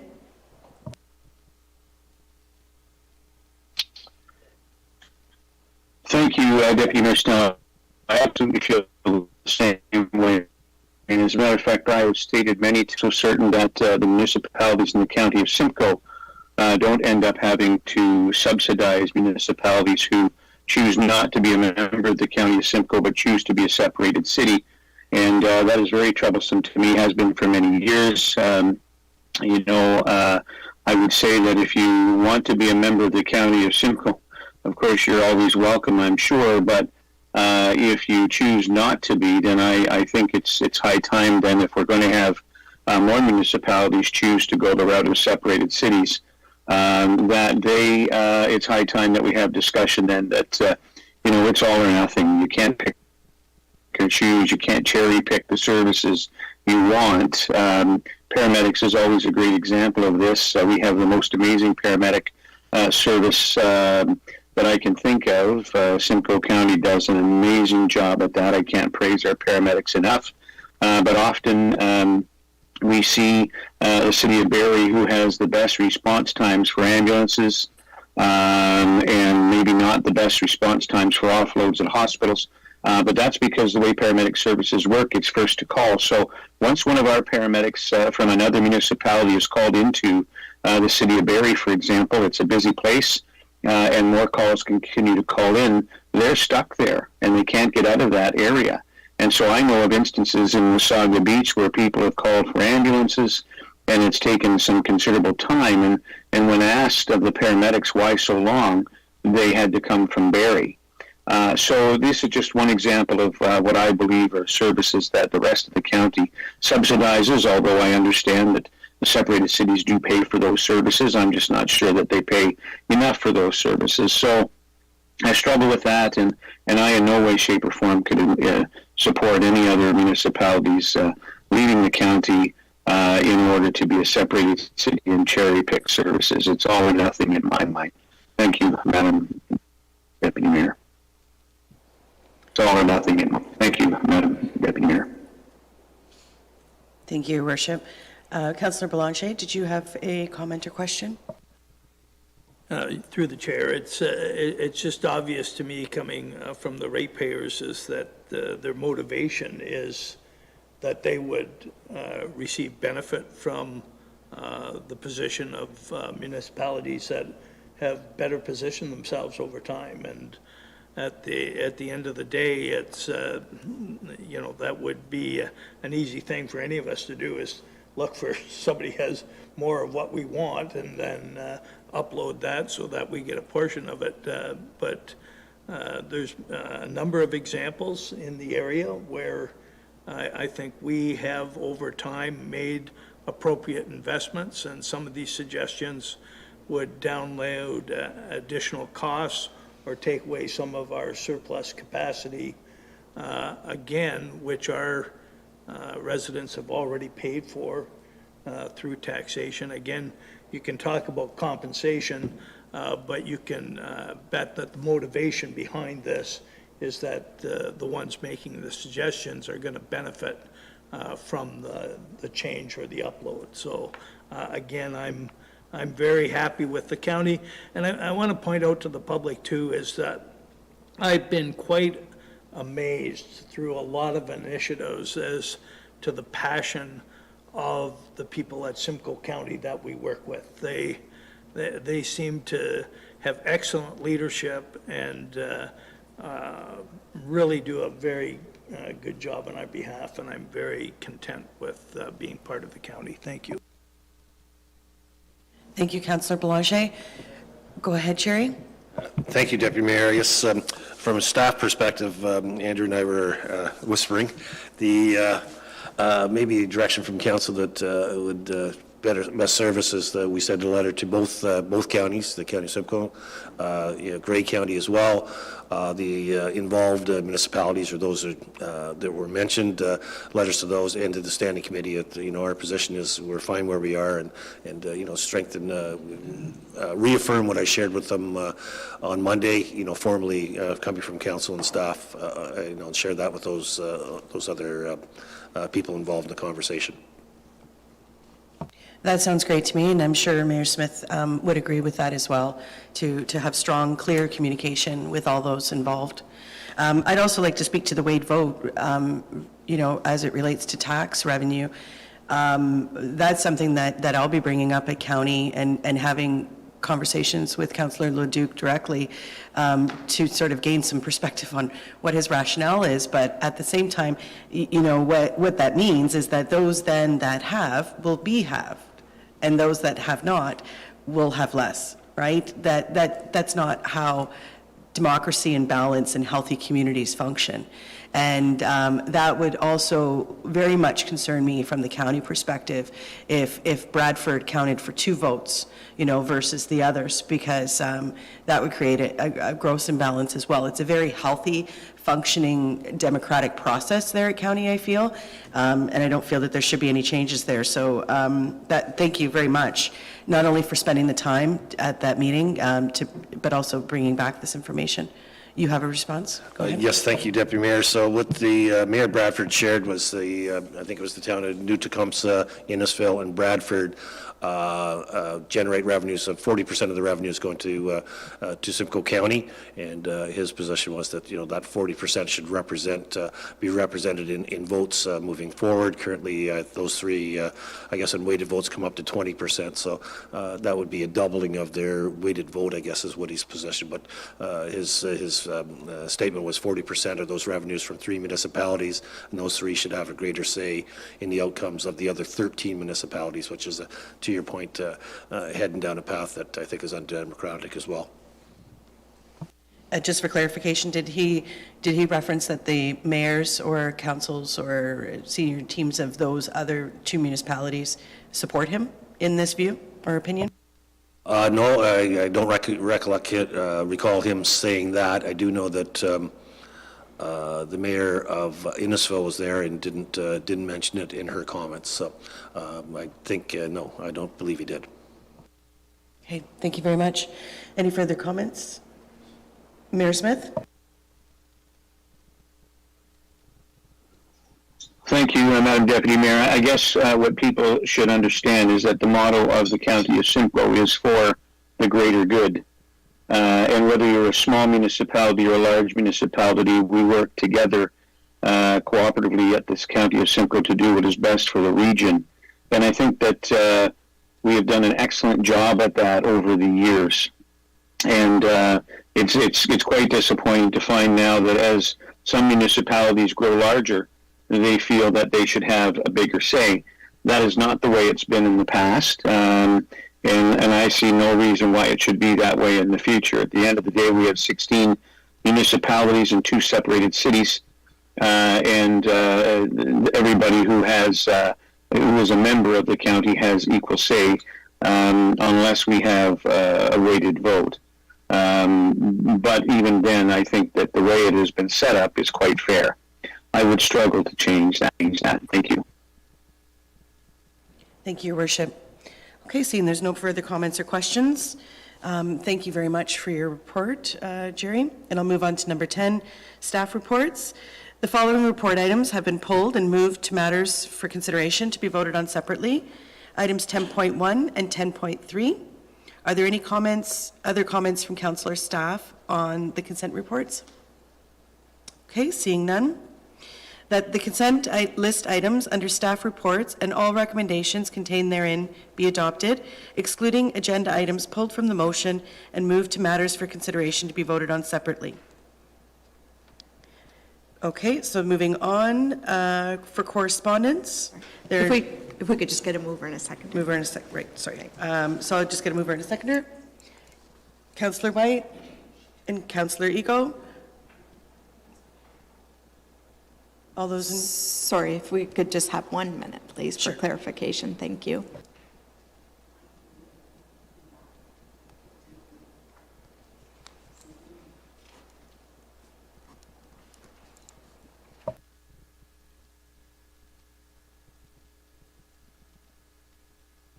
Excuse me, so it's items 10.1 and 10.3 have been pulled.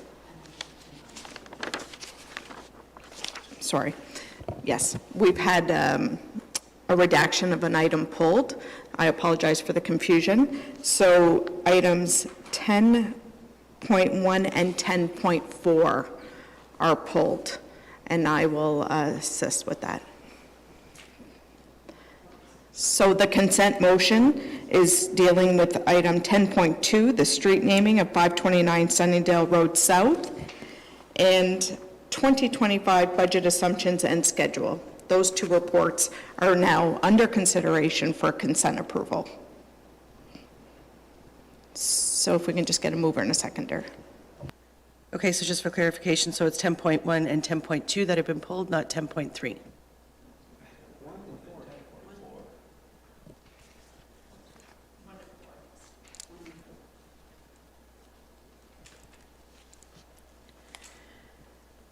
Okay, so that the consent list items under staff reports and all recommendations, so we had a Councillor White first and Councillor Belanger seconded. All those in favor? Okay, and that carries. So, moving on to correspondence items. There are no items pulled for separate discussion, but I would like to ask Fire Chief Craig Williams to speak to item 11.1.1, please. Thank you, Deputy Mayor. The item is in regards to the homeless encampments in Ontario brochure, which was a municipal perspective that came out from Association of Municipalities of Ontario.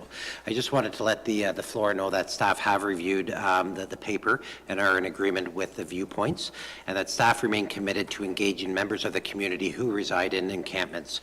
We strive to understand their unique challenges that individuals face and continue to offer the support that we can. We do believe that all members of our community deserve both sanitary and safe housing options, and we will continue to work with our partners to offer assistance to those living in encampments. We do acknowledge that the solutions to homelessness and encampments is very complex, and that the support of the provincial and the federal government is needed now, specifically in order to combat income insecurity, supply of affordable housing, and mental health and addiction supports. I just wanted to remind the floor as well that of our recent effort here in Wasaga Beach by hosting a poverty reduction roundtable that took place on May 17th. We had a lot of local organizations and individuals attend, where we discussed affordable housing, transportation, food insecurity, employment, and childcare, and of course all of these topics directly relate to individuals experiencing homelessness. I'd also like to point out that the bylaw coordinator and myself did attend a park encampment workshop in June of 2023, and the event was actually facilitated by the City of Toronto, and the discussions included best practices, safety, and lessons learned.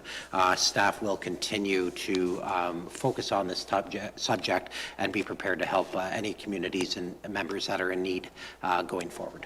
Thank you. Thank you very much for that update. Does anyone have any comments or questions in regards to this? I just wanted to highlight this. Great work done by AMO in regards to this very complex issue that faces every community across the country. I feel that, you know, it would be great if the province would provide some direction and maybe some grit to municipalities to be able to head this off in advance, and then when it does happen, to be able to disband it from growing. I spent time in the city of Kingston last year or the year before, and an encampment was there. It almost seemed like they were referencing that community. It took over 2 city blocks of a park, and the amount of drug use, the crime, because I was there with a local resident, they were telling me about it. It's absolutely shocking, you know, and we can see our community changing, right? We see our community not looking the same, and so it's a concern for our community as well as financial pressures and social pressures and whatnot comes more and more actively in play. So again, relating back to our previous conversation and our gratitude to Simcoe County, you know, we have such a great collaboration with the county, and especially with Mina and his team in providing not only affordable housing, but also to being at our availability to help with our shelter lists, or with some of these complex issues that are right in our doorstep. So I just wanted to pull that piece so that we could have a conversation about it, and to really thank AMO for the great work that they're doing. Thank you. Any further comments or questions? No? Seeing none. Okay, so we will move on to Did we pass that consent motion just for the correspondence? Sorry? Just the consent motion for the correspondence there. Oh, okay, sorry. That the consent list items under correspondence be received for information excluding agenda items pulled from the motion and moved to matters of consideration to be voted on separately. Can I get a mover and a seconder? I don't know what's up with my notes.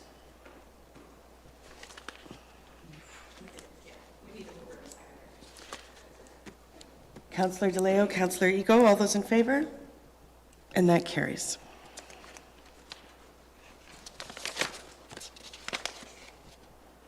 Okay, moving on to item 10.1, information report. That the report titled Recreation and Facilities Department Update regarding the, Sorry, Deputy Mayor, we just have the motion for item 12.1 for the minutes, boards and committees. oh, sorry. Minutes and boards and committees, 12.1, that the consent list items under minutes of boards and committees be received for information, excluding agenda items moved to matters for consideration to be voted on separately. Can I get a mover and seconder, please? Councillor Boulanger, Councillor Timms, all those in favor? And that carries. Thank you. So we'll move on to 10.1, information report, Recreation and Facilities Department update. So this item has been pulled by Councillor Boulanger and Councillor Timms. Chris, were you wanting to speak to this report first before I throw it for questions, or do we want to just go ahead with questions? Certainly, through you, Deputy Mayor Snell, I can just briefly introduce, we haven't done this update in some time, and both Q1 and Q2 for 2024 are included. There is a requirement through our allocation policy. Some of you would remember that we have an update to council, and there are a few noted bullets in there. We have put together the highlights that have occurred in the three primary divisions in the Recreation and Facilities Department, and a few questions have come in, so thank you for those in advance. Thank you very much, Chris. And so I'll move first to Councillor Boulanger, please, for comments or questions. Thank you, and through the chair, I have 3 points, but first of all, I'd like to say it was a very comprehensive report and very well done, thank you. So the 3 items I have, I'll deal them one at a time.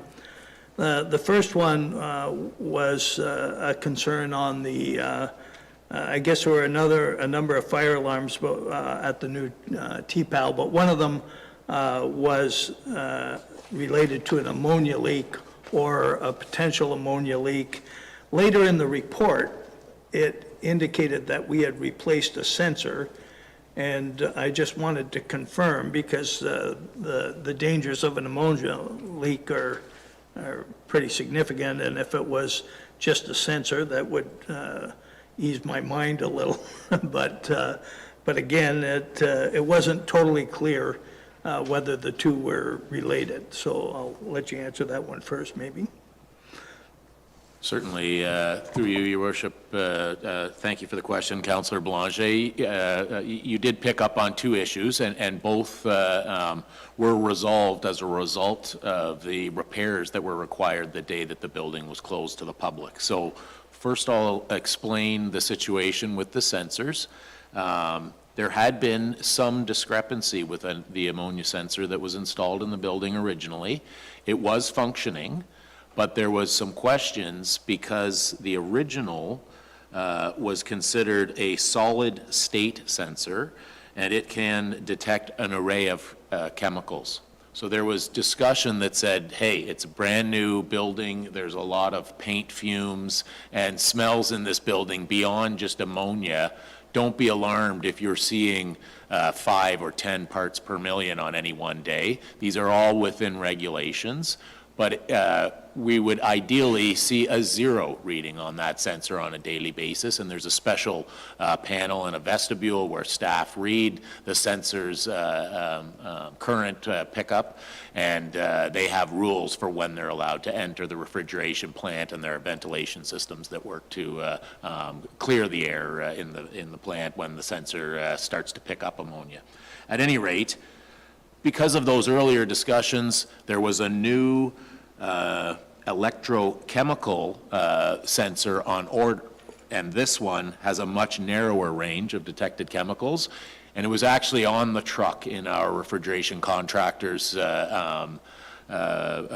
list of requirements to update at the TPL facility. So that's the story on the sensor. We knew that there was a new sensor slated, and the discussion was ongoing for when that installation would happen, but it came along with extensive servicing that came up when we did have an ammonia leak. So now I'll talk about the second situation. So on the morning in question, staff heard an alarm. This is the ammonia sensor telling us that there was an elevated reading. They verified what the number was. They went and got their supervisor as per the protocol. When the supervisor came back, the number had elevated even higher. And within a matter of minutes, they activated 911 and they pulled the fire alarm to evacuate the building. So this sounds very scary, but it was in fact very safe. The exhaust fans were working.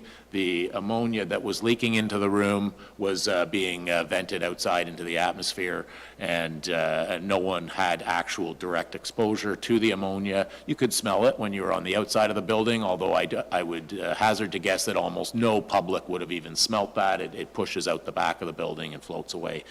At any rate, the reason for the leak, it was determined that a pump, which had broken down, a regular thing, once in a while a pump might break, even especially a new one, a sort of higher chance that there could be a defect. It allowed our heat exchanger to hyper chill. Because the computer thought that there was brine circulating through this heat exchanger, but the pump was broken, so in fact it wasn't. It wasn't pulling the cold away from the refrigeration system. And just like when you cool or heat a pickle jar to get the lid off quickly by running it under hot water, the same thing happens on these large steel heat exchanger units.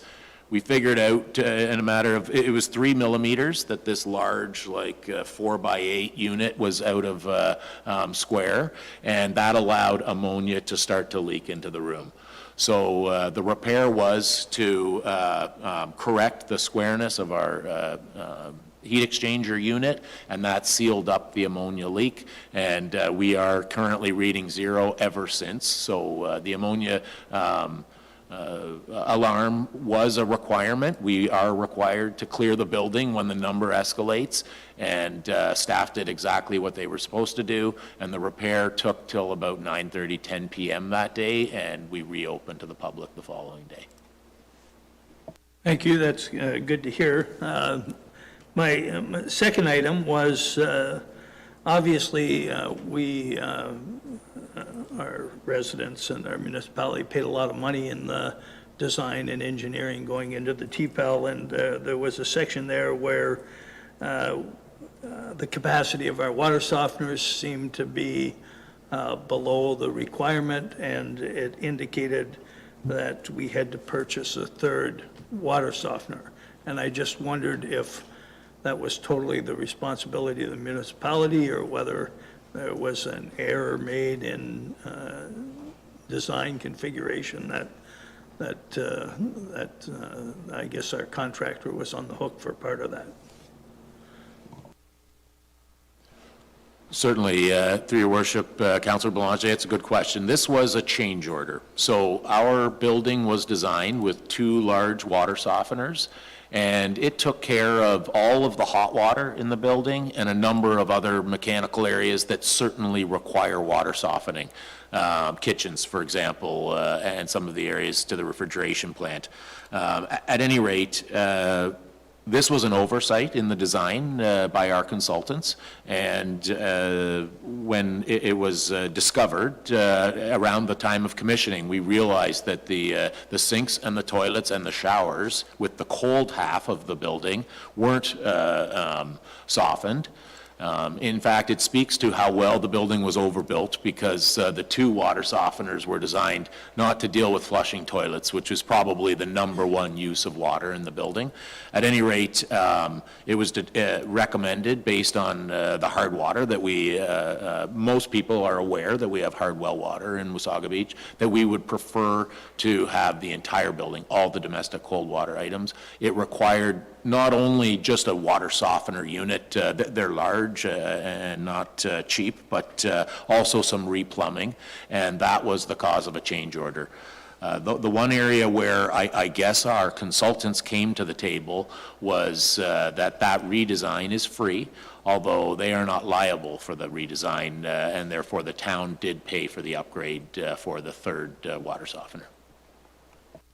Okay, thank you for that. And my third point is probably one of the greatest concern, and that was where we dealt with the hiring of security for the new TPAL because of ongoing issues or havoc raised by a group of youth in the evenings.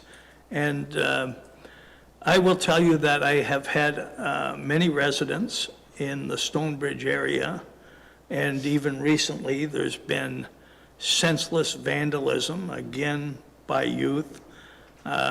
We have youth going into restaurants and picking up people's drinks and drinking and saying, nothing you can do, I'm underage. And it seems to be that there's this group of young people that have been causing significant havoc in our community for well over a year. Now, the most recent vandalism, we heard that the OPP have apprehended some youth, but I'm concerned that our municipality is footing additional cost because of this vandalism, which I would think we would be able to get to the bottom of, and frankly, if we can determine the families involved or whatever, then I think maybe the parents need to be held responsible. But I've had people in Stonebridge, older couples, that said that they can no longer go out for a walk in the evening because they fear the harassment from this group of hoodlums. And I've been getting these reports from ex-police and different people, and it's been going on for a year. And I would just like to think that we can resolve this and set people's minds at ease that they can enjoy the community that we have here. But again, it bothers me that we're paying for security because obviously some parents are not keeping a very good handle on their children. So I don't know what can be done, but I think something needs to be done. Thank you, Councillor Belanger. And to that point, we did have this very conversation yesterday in our construction steering committee group for the Twin Patarina Library, and the outcome of that conversation in regards to the concerns of this particular group of youth is that CAO McNeil is going to reach out to our Chief of Police and make sure that not only are they aware, but pull together some folks to create a bit of a task force. Because I agree with you, it's absolutely out of control, and parents do need to be held accountable. You want a response? Go ahead. Just the follow-up is that this has been going on for well over a year, and we have video of the youth involved. I've been showing that video, and if we're in a position that we can't resolve an issue like this within a year or a year and a half, I have great concerns as to how we're going about it. It's just a little scary. Yes, I agree, and definitely the spotlight has been definitely shone on this issue, and I look forward to hearing back from Andrew about his conversations with our chief of police and what exactly is going to be the plan here. Because you see, you read about it on Facebook too, you know, there was one situation that was right around Stonebridge or Wally Drive, I believe, where beautiful ornaments that she had placed in her lawn to decorate the home had been smashed. And we need to nip these things in the bud, absolutely, before they get out of control. Deputy CAO? Thank you, Deputy Mayor. The OPPs are aware of who these children are, and they've actually visited their homes and chatted with the parents with no success so far in making change. So they're looking at the next steps, how we proceed to mitigate this problem. So the OPP are aware and engaged. Thank you. Go ahead, Councillor Blanche. You through the chair, just some of the other things that I think are worth noting is that these same children were climbed atop of shipping containers and were throwing concrete bricks at the train that was used in parades by Stonebridge. He had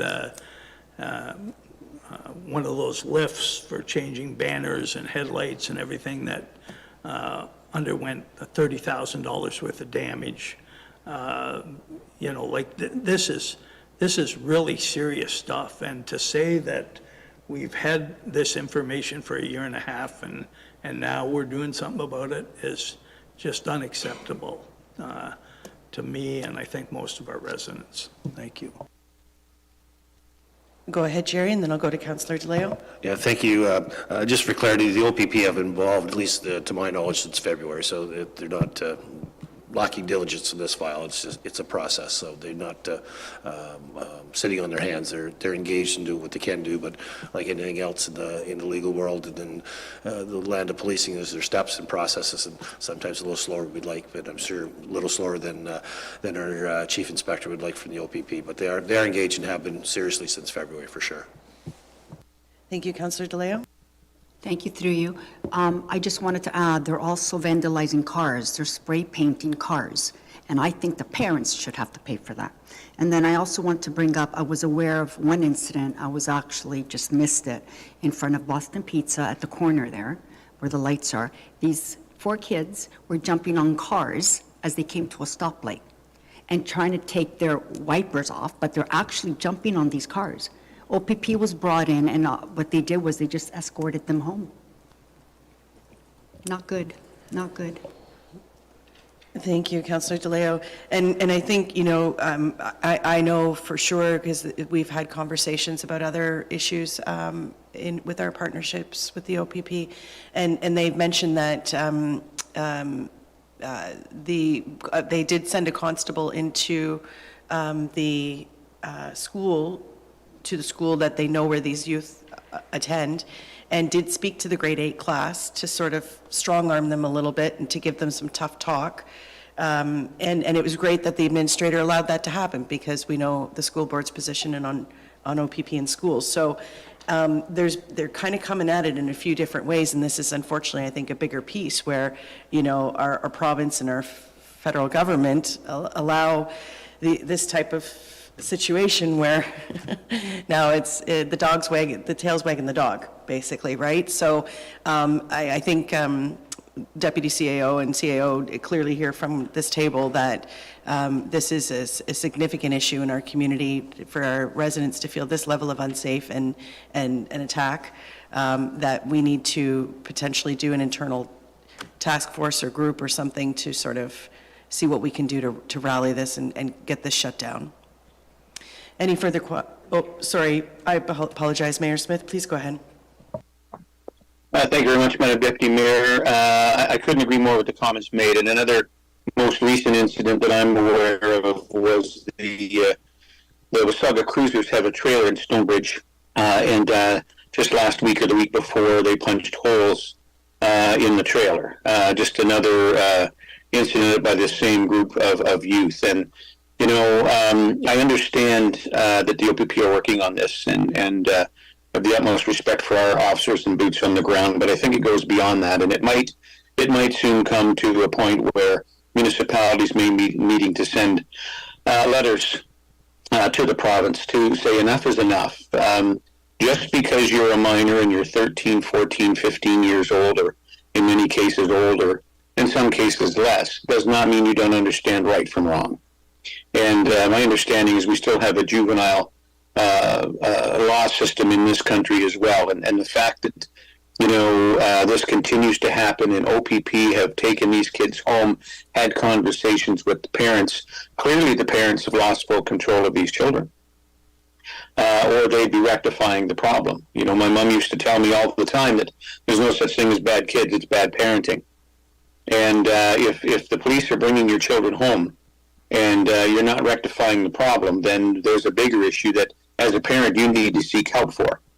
So at the end of the day, we need to get a grip on this. We cannot allow this group of young people to be running around our municipality, terrorizing our seniors, breaking into vehicles, smashing people's private property, so on and so forth, in many cases where they're on camera. So proof is not an issue. Yet we still aren't seeing anything that of significance being done to this. This is a major problem, and we need to continue pushing forward at not only this level, but other levels of government perhaps to try and get this fixed. Just because you're a minor doesn't mean you have the reign of holy terror whenever you decide that fits you. And in this case, this group of young people are laughing in the faces of our citizens, and it's wrong. It's wrong on every level. So I would encourage that as we move forward and work with our partners to try and rectify this issue, that if we don't find some kind of solution soon, that we push this to higher levels. Thank you.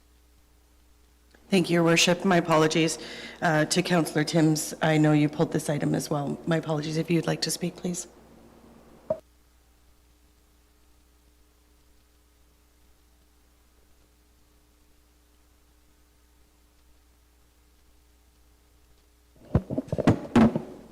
Thank you. Are you moving on to me now, or are you asking me if I want to comment on the conversation that's taking place?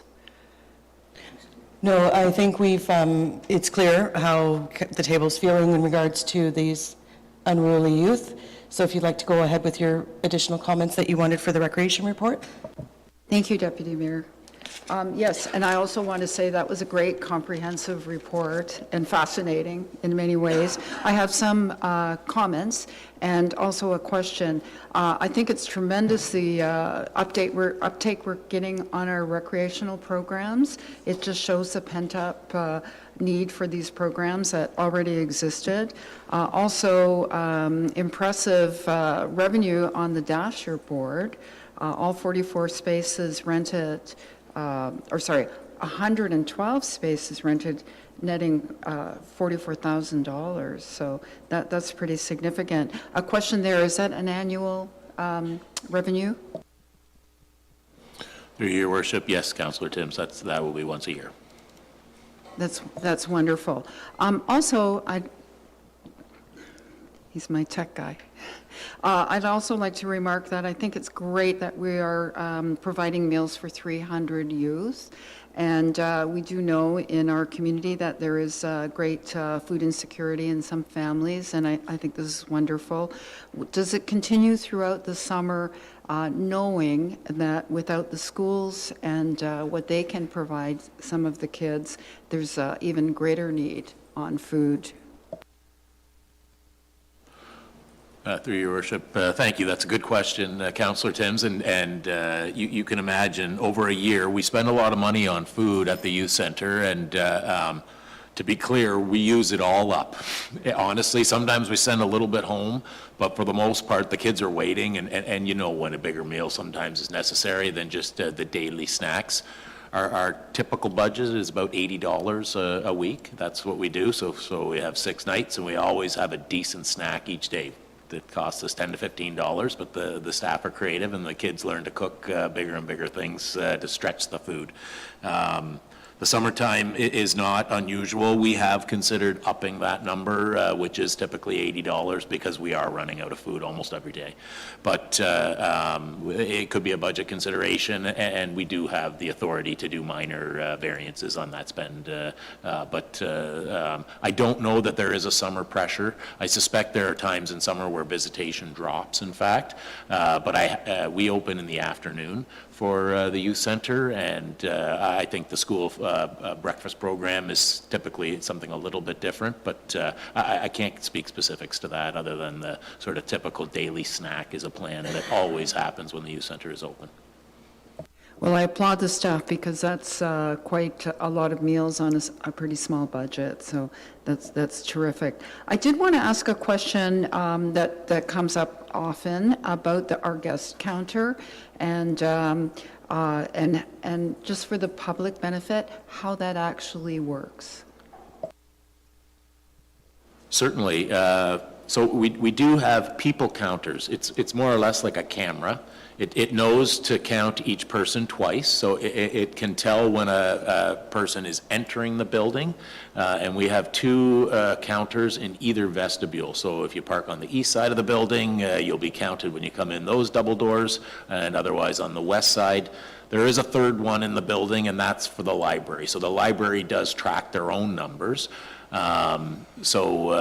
Typically it's a camera. I put numbers in there for Q1. For those who looked, we were 1,036. Those were our averages in the first 2 months. We were open probably 65 days in Q1. And then we were able to measure it up until the end of June as well. And our sort of daily average has gone down to 936. I think there was a bit of a groundswell in the first month. And for interest, the month of February had 35,000 visits, and 13 days we exceeded 1,000 a day. So we certainly had some blips. I think the two rock concert days were 2,900 people each of those days. So yeah, we're counting forever, and I think this sort of 900 to 1,000 should be regular. As we sell a little bit more ice and a little bit more multi-purpose rooms, we're not at capacity yet. We may well see that number grow, but give or take, we're about 1,000 people a day use the building. Thank you very much for that information. Thank you, Councillor Timms. Councillor Eagle? Thank you, through your worship. Yes, that's great to hear about the food and the youth, feeding the youth at the youth club, so that's really important. So I just wanted to comment on that after Councillor Timms. I have a question on page 3, something I just don't understand, and I'm sure everybody's going to laugh at me, but I'm going to ask because I've read it 3 times. And it's LIFT, L-I-F-T, ordered for IT to repair the projector at the Recplex on that evening. What is LIFT?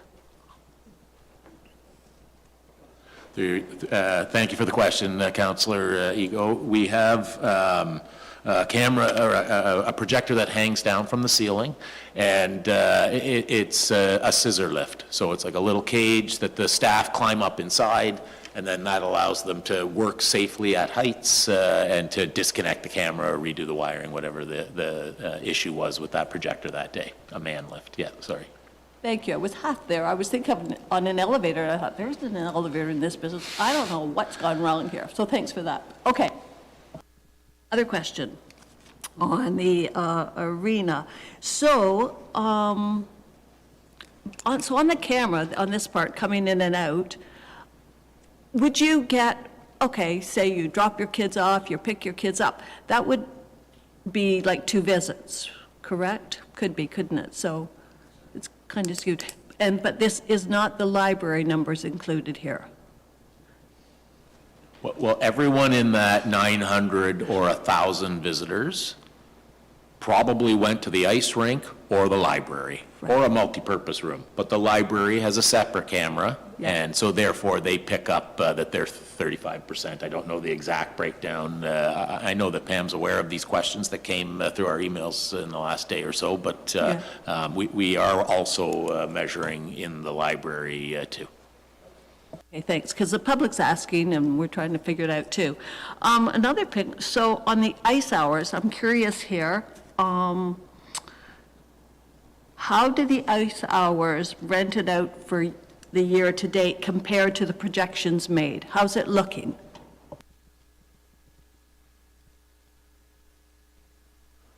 I'm just looking to it on page 4 in my report, and we talked about ice hours collectively on both pads. So obviously in the old arena, we had one pad. So we are technically at that capacity. Most of you may remember my typical number was 10, 11 hours a day for the entire year. So some days we'd be 17 hours, some days we would be 6 hours at the old arena. We're at 100, we're up 62%. So technically, the second pad is probably running at 6 hours a day so far, and the first pad is running at our typical 11. So pretty close to capacity on pad 1, and the second one is halfway there already. Okay, thanks. And how's it looking in for the rest of, like through the summer until the end of this year? Certainly, May, June is a slower time, and then the summer picks up. The numbers are favorable. We're ahead of projection, and I did make a comment in here when I talked about the capacity of the ice and facility use in general, that we have been planning a 6-month report. So that will come forward in August, and there we'll be able to see both the hours used and the revenues that we're bringing in as a result of these uses. But I would say that our projection is technically about 60% up from the old arena, and we are on target there. Thanks, that's what I was wondering. Perfect. Thanks, Chris. Thank you, Councillor Eagle. See Mayor Smith, go ahead.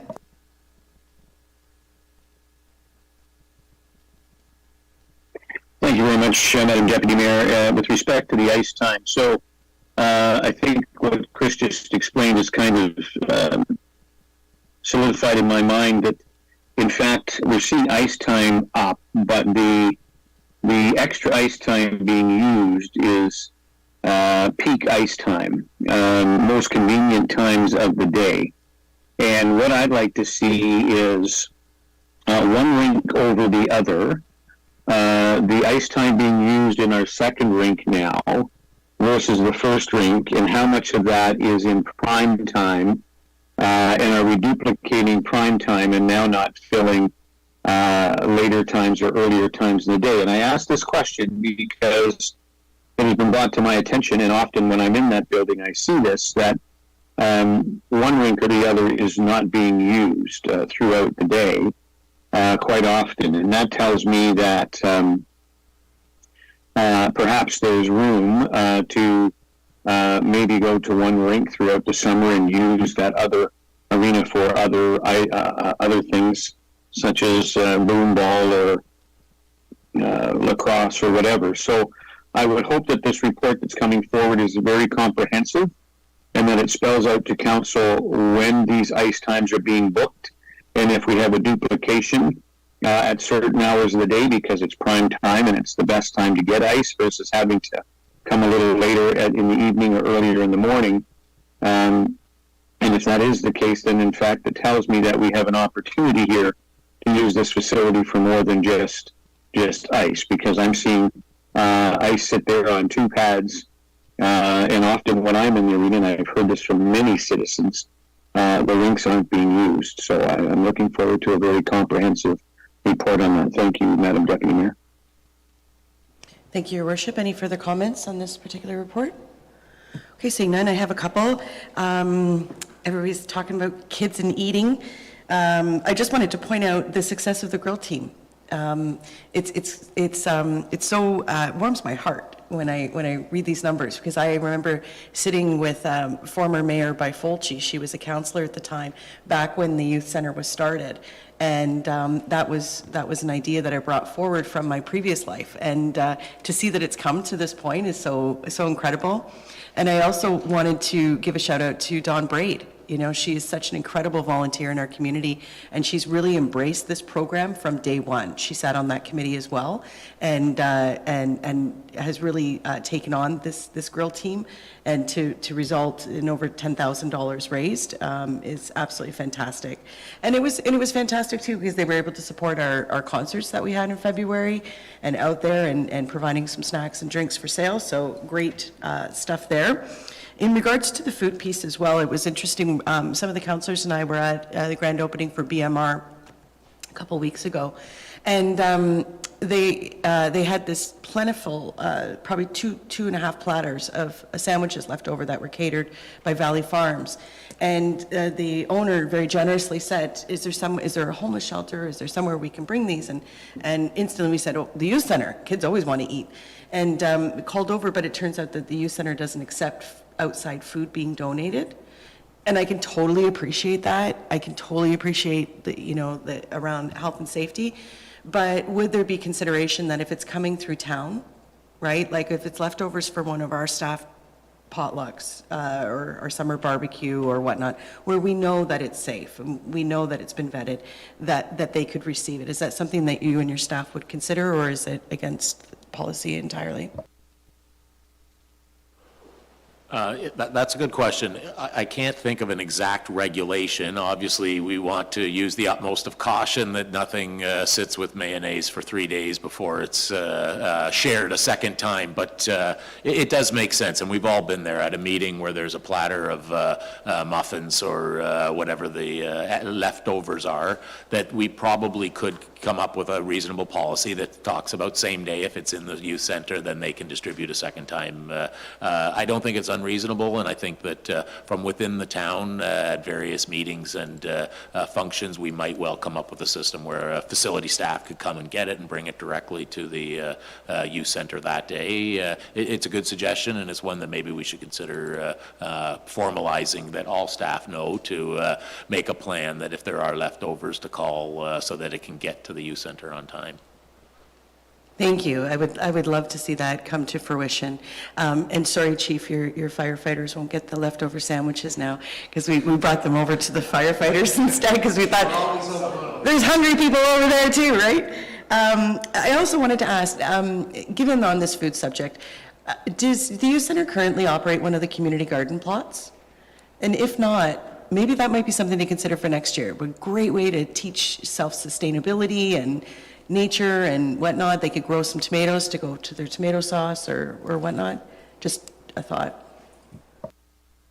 I do know that we garden at the youth center, and it was a co-generational plan. There were a few older adults that were helping the youth, and I believe that those boxes are still in play. They're sort of around the old ambulance garage, if you remember, in the back of the youth center.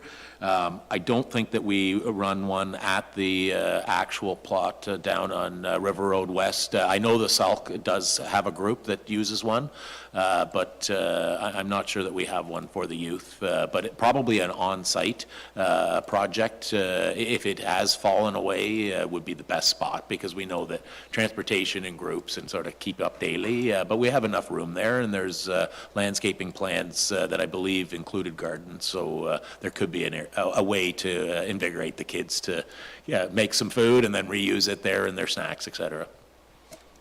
Excellent. That totally makes sense. Any further comments or questions before we move on? Oh, go ahead, Councillor Eagle. Right, you've just jogged my memory. Popular report, Chris. Sorry, thank you, through you, Your Worship. Just a comment on your comment on growing at the youth center. I've been involved with the group starting pollinator gardens. Committee has been formed, and I'm thinking that would be a wonderful place to incorporate a pollinator garden as well for the youth. The monarch butterfly is huge to Wasaga Beach, and just a thought for the future. Thanks. Okay, thank you very much.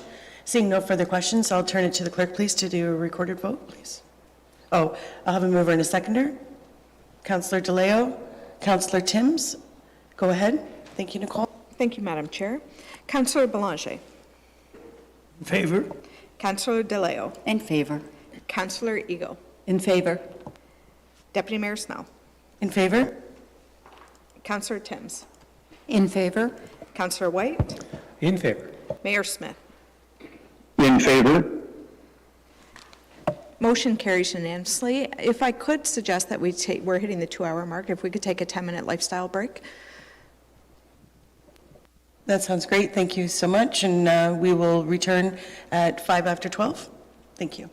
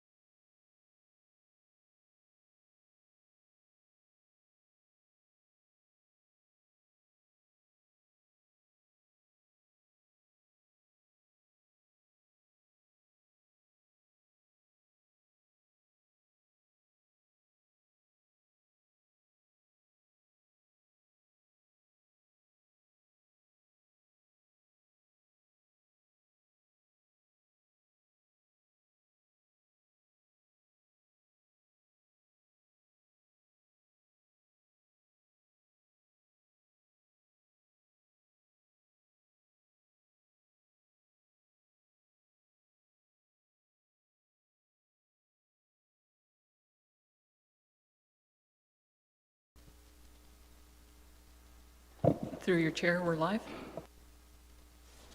Thank you very much, and we'll call this meeting back to order. I'd just like to turn to our clerk, please, Nicole, to explain that we're having some technical difficulties. Thank you, Madam Chair. So I just want to advise the public, we are aware that the camera system is down, but that you do hear the audio through the live stream. As a reminder to everyone, Section 5.06 of the procedural bylaw states that the town does make every attempt to provide the live stream of council meetings. However, with technical difficulties, the minutes are always the official record of any council meeting. So we will proceed with the audio live with the public. Thank you very much, Madam Clerk. Moving on to 10.4, Wasaga Beach Sports and Entertainment MSC Update 202-406-2715. This item has been pulled by Councillor DeLeo and Councillor Timms. So I'll turn to Councillor DeLeo first, please. Thank you, through you. When this matter was brought forward previously, I voted in opposition to this matter, and as such, I pulled this because I wasn't sure if someone else would pull it, and I want a recorded vote to confirm my continued opposition of our town using casino funds. Thank you. Okay, thank you, Councillor DeLeo. Councillor Timms? Thank you, Deputy Mayor. I really just wanted to comment on it, and I'm in favor of WSE.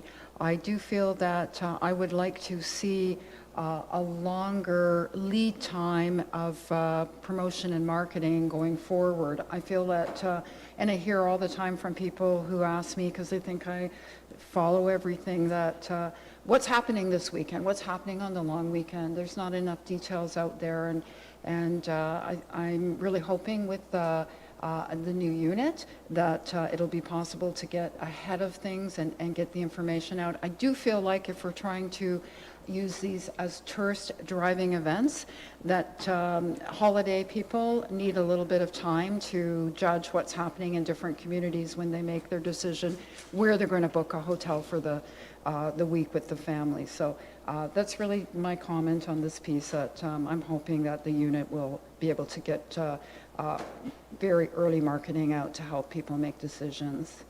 Thank you, Deputy Mayor. Thank you, Councillor Timms. My apologies, Jerry, if you'd like to please speak to the report first. I always prefer to do that, sorry. Sure, yeah, no worries at all, and thank you, Deputy Mayor. And yes, the report in front of council is basically follow-up. So back in April, council approved the creation of an MSC to run sports and entertainment, and also to seed the division with $500,000 in funding from casino revenues. So I'm happy to report that staff are proceeding in that direction. Have had made great strides, and there's three components today of the recommendation. The first two are dotting the I's and crossing the T's in terms of next steps to create an MSC. So the first step is, of course, we need a name for the corporation, and so I wanted council's permission to name the corporation Wasaga Beach Sports and Entertainment. And the rationale to having Wasaga Beach there so that every time we advertise something, presented by Wasaga Beach Sports and Entertainment, our town's always in the path of the conversation, in the path of the advertising. So that's one component of the recommendation in front of you. The other component, of course, is the business case. So we presented the business case to council back in April, and council did receive the report for information. But the regulations of the province, OGREG, has a requirement that council needs to formally adopt what I presented versus just merely receive it. So that's why those first two elements are really dotting the I's, crossing the T's type of recommendation. And then the third one really is to, sort of a nice segue by Councillor Timms to lead into that. So what we did talk about with that $500,000 is the spending was all in 2025. So we presented a business case with 2025 activities, undertakings, etc. What I didn't have, nor did the treasurer have, was permission to spend some of that money in advance of 2025. And the reason we have to do that essentially is to Councillor Timms' points. If I want to book a band or an entertainment in February, January, I need to do that in August. But the minute you book entertainment, you have to give a 50% deposit down. And same with production, you have to get a production company, they require 50% down. To your point, Councillor Timms, to create some advertising in advance of that. So we're looking for permission for, spending of some of that $500,000 in 2024, as opposed to what was initially presented to council, which really indicated we'd be doing it all in 2025. But the reality of the situation is, that's not how it has to unfold. We have to actually spend in 2024 to make things happen in 2025. So I think that sums up the recommendation and why this is before council this morning. Thank you very much, Deputy CAO. I see Mayor Smith has your hand up. Go ahead, Mayor Smith. Thank you very much, Madam Deputy Mayor, and thank you, Jerry, for the report. I wholeheartedly support this, and I understand that why the Deputy CAO is asking for this. Clearly, if we want to be successful at this, we need to pick acts and we need to sell tickets well in advance. A few months is not enough, and we need to be able to almost set 2025's agenda, if you will, for entertainment a year in advance, and also probably want to start selling tickets for that a year in advance. The more the better. So I understand the reason, and I can appreciate it, and I fully support this. I think what's important in future is that we start to break out events in two separate areas. One are the events that municipalities do on a regular basis, and Canada Day is a prime example of that. There are people who will try to say that we didn't make any money or we didn't make any money on Canada Day's events, and that is the case because we never have.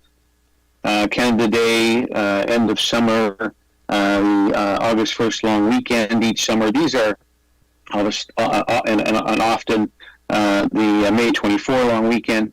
These are weekends that we have, as long as I can remember, the town has always done special events on and held concerts and or had different events and don't charge for it and don't make dollars on it. It's a direct cost to the taxpayer.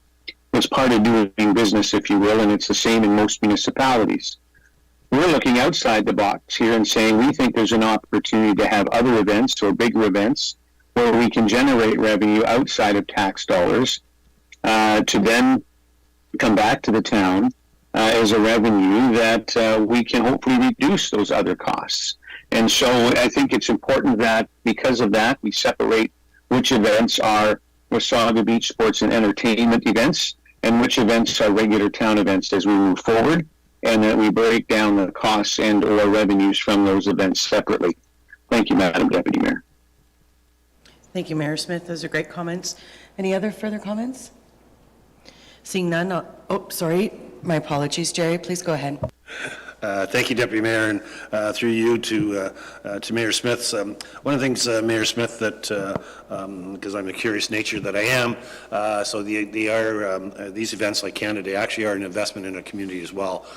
So I did pull some numbers. If there was 12,000 people on that beach on July the 1st, which I would argue was more than that from what I could see, but based on 12,000 people, 20% of those people are from out of town, 80% were from in town, using that economic formula from the Ministry of Tourism, we would have generated $350,000 in economic lift to our municipality on that particular day. That's people at bars and restaurants and eating and dining and accommodation. So while the concerts were free and they were funded by the municipality, there is an economic spin-off of everything we do event-wise, even when we do it through a community events undertaking. So $350,000 is not an inconsequential impact on our community for a one-day period. Very good point. Very good point. Councillor Ego? Just a comment. Yes, Jerry, thank you very much for this report. It's exciting, and I'm happy to see that beach is in the word, Wasaga Beach Sports. You took note. Thanks so much. Thank you, Councillor Timms. Mayor Smith, I see your hand up. Did you want to comment again? Go ahead, please. Yes, thank you very much, Madam Deputy Mayor. Through you to the Deputy CAO. Thanks for that comment, Jerry, because it is a very important comment. And what I meant by events where we don't generate revenue, I'm talking directly back into the town's coffers. for the municipality with respect to taxpayer dollars. And but yes, Jerry, I couldn't agree more that when we host these events, we've been known for hosting these types of events for years and years. People expect it here in Wasaga Beach, and it is a massive economic lift for our community. And I think the numbers show that in our numbers in the last year or 2 years with respect to how many more visitors we've seen in Wasaga Beach. It's been substantial. If you go from 1 million visitors to 1.9 visitors, or 1.2 million to 1.9 visitors, 1 million visitors a year, people understand that that is a massive economic lift to our community throughout the summer. And I would point out that many, if not all of our businesses in this community depend on that lift in tourism in order to support their business on a year-round basis. If you spoke to many, if not most of our businesses, I'm quite certain that they would tell you if they didn't have the summertime tourism, they would be struggling to get by in many cases. So very important note that the Deputy CAO makes, Madam Deputy Mayor, and again, I want to just be clear that I'm speaking with respect to taxpayer dollars in specific. Thank you. Thank you, Mayor Smith. See no further comments. I'll just comment a couple points myself as well. Community events are essential to the health of a community. Like when you think about the Easter egg hunts that we hold and, Snowman Mania that has evolved into an economic driver for the community where outside folks are coming in for that great winter festival. Things like Canada Day. These are things that create the fabric of the community. So it's really important that we protect them and we have to invest in them because they're a benefit to our residents. I've been listening, I've been watching a little bit on some chatter on Facebook and some questioning on why we're potentially voting to front load the startup of this organization. And I think people have to consider the fact that if you're going, let's say I make birdhouses and I sell them at markets. I have to buy the material in advance. I have to hire my help. I have to buy the paint. I have to do the work. I have to book the ability to go to that venue or festival or fair to sell it. I have to do all of that in advance before I sell one product. And that is what we're doing here. This is still the same amount of money that we voted on before. This isn't above and beyond of that. And one of the benefits to the casino money is to benefit the community. And if we can create an economic driver that sends business to our businesses, that provides fun for our residents, and can also generate income to offset added expenses of additional investments, this only makes sense. So I'm completely in favor of this organization getting started, and I really look forward to not only sitting on its board to be able to contribute ideas, but seeing the fruit of its results. Any further questions before I call the vote? Go ahead, Councillor DeLeo. Thank you. It's coming across like, I'm not against this entertainment. It makes, for me, I'm going to speak it out now. We have an events team already. I don't understand why we couldn't let them do it if you had to hire a few more people to help them out. I just can't comprehend why we have to get an incorporated company and call it an events, sports and events, when we already have an events team. And I know it's probably because it's a lot of work, but if we're can hire more people to do that, well, I mean, Wasega's been putting on concerts all this time. It's not like it's new to Wasaga Beach. We put on several things on the beach, and going forward, of course, we're going to be doing that. I just don't understand why we have to have this incorporated and take out this casino money. We haven't been doing that in the past. Why all of a sudden? Thank you. Great question. I turn to Jerry to provide an answer, please. Yeah, thank you very much. Through you, Deputy Mayor, to Councillor DeLeo. The municipality cannot make money. And so the main reason the Municipal Services Corporation is you can generate profit. So you couldn't, and we've checked with legal probably 3 times. I think we've gone back just to make sure, double check our facts that this was the correct course of action to take. And so the municipal acts to the point where if you look at our events budget and we've, shortfall of about $800,000 they go through everything when it comes out of the blender, municipalities funding about $800,000 for that department. And so we did look at the fact that, could we run events through there that generated money but not beyond the $800,000 shortfall? And the answer to the question was no. So we can't even as a municipality run an event, just one event, and make dollars and make revenue. You'd have to recover costs only. So if we want to generate revenue, pay down debt of the TPAL and allow council to take the surplus and point that surplus to where council deems it to be best utilized, the Municipal Service Corp is the vehicle to do that. And Councillor DeLeo, we did check not once, not twice, but actually 3 times to make sure and double check that we couldn't do what you suggested we could do. The answer to the question was no, and they fed back with court cases and judges' rulings supporting their legal position and opinion on that. So this is the vehicle that we need to move forward with. Thank you, Jerry, for that clarification. You're okay, Councillor DeLeo? Okay. I see Mayor Smith's hand up. Go ahead, Mayor Smith.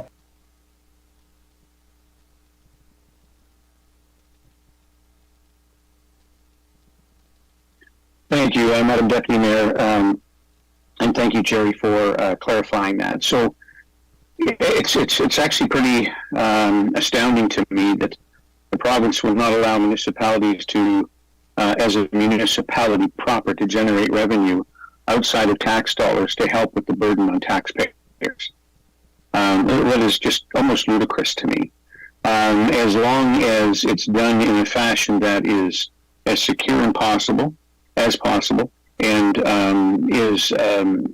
has a proven track record, then I don't understand that. But I just wanted to speak to the councillor's point. We could leave it as it is. We could hire more staff.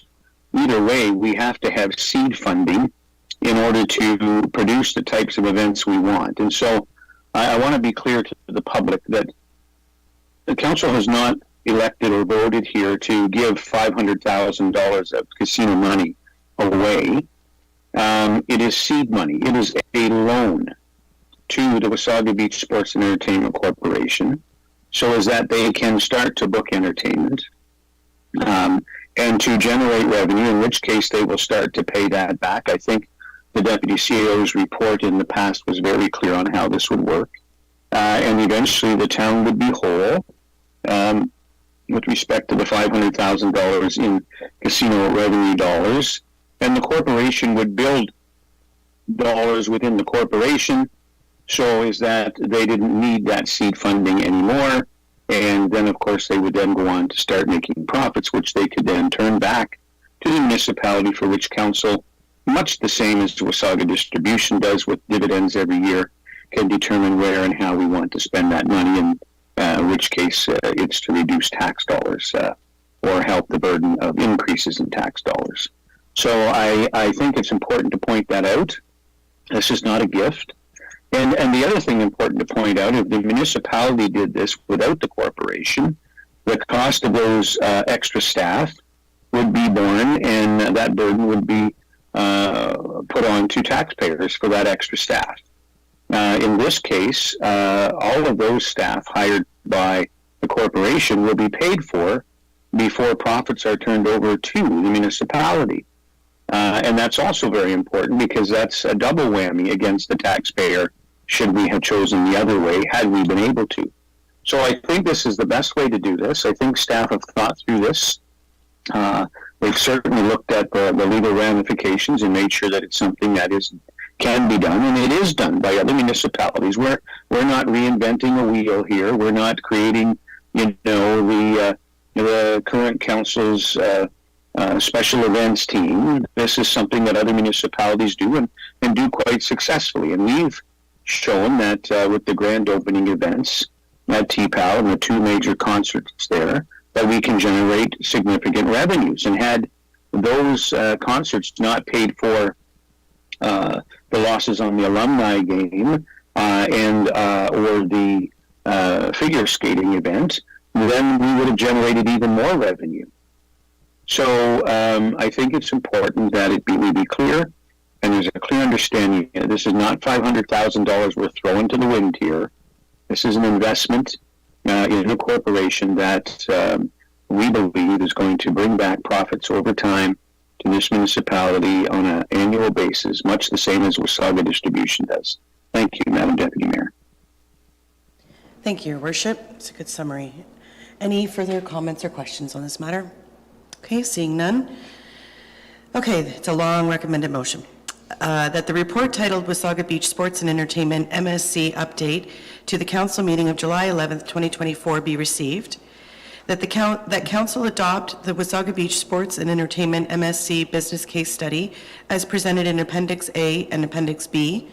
And that the Deputy CAO be directed to engage legal counsel to incorporate the Wasaga Beach Sports and Entertainment Municipal Services Corporation, and that the treasurer be authorized to draw funding from the Casino Reserve, maximum $500,000, to cover advance payments required to book the 2025 entertainment as presented in the Wasaga Beach Sports and Entertainment MSC Business Case Study, Appendix A, and other payments that form part of the 2025 MSC budget presented in the Wasaga Beach Sports and Entertainment MSC Business Case Study, Appendix A, that the Deputy CAO authorizes for preliminary expenditure, and that such payment advancements and preliminary expenditures be invoiced as a loan note receivable to the new MSC upon incorporation, and that the treasurer be authorized to draw funding from general reserves to cover legal and setup costs associated with establishing the new MSC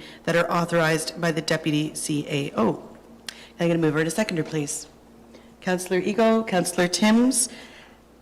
Madam Clerk, if you could please do a recorded vote. Thank you, Madam Chair. Councillor Belanger. In favor? Councillor DeLeo. Opposed? Councillor Ego. In favor? Deputy Mayor Snow. In favor? Councillor Timms. In favor? Councillor White. In favor. Mayor Smith. In favor? The motion carries.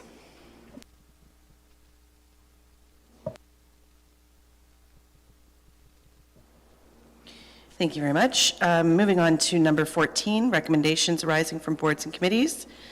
We have the amendment to the Accessibility Advisory Committee Terms of Reference, 202-407-11-20. The motion is that the report titled Amendment to the Accessibility Advisory Committee Terms of Reference to the Council meeting of July 11th, 2024 be received, that the amended terms of reference for the Accessibility Advisory Committee attached as Appendix A be approved, and that bylaw 2022-58, being a bylaw to adopt the Accessibility Advisory Committee terms of reference, be repealed. Can I get a mover and a seconder, please? Councillor DeLeo, Councillor White, any comments or questions? All those in favor? And that carries unanimously. Moving on to 15, council requested staff reports. Everyone can see what is there in regards to the staff reports that have been requested. Currently, we have no notices of motions before us at this time. And we'll now consider a motion to enter closed session. An addendum to the agenda was issued to the public, which now includes two more closed session items, 17.1 and 17.2. That pursuant to the Municipal Act 2001, as amended, the next portion of the July 11th, 2024 council meeting will move into closed session to consider the following matters. Can I get a mover and a seconder, please? Oops, sorry. Madam Clerk? Oh, full item, okay. Before I go into the mover and seconder, 17.1.1 municipal lease agreement in accordance with section 2392E. 17.1 compensation review update management and non-union employees in accordance with section 2392B and section 2392D. The Nottawasaga Valley Source Protection Authority Source Protection Committee member replacement in accordance with section 2392B. Can I get a mover and a seconder? Okay, Councillor DeLeo, Councillor Belanger, all those in favor? Excellent. We'll now move into closed session and we'll resume in about 5 minutes. Thank you.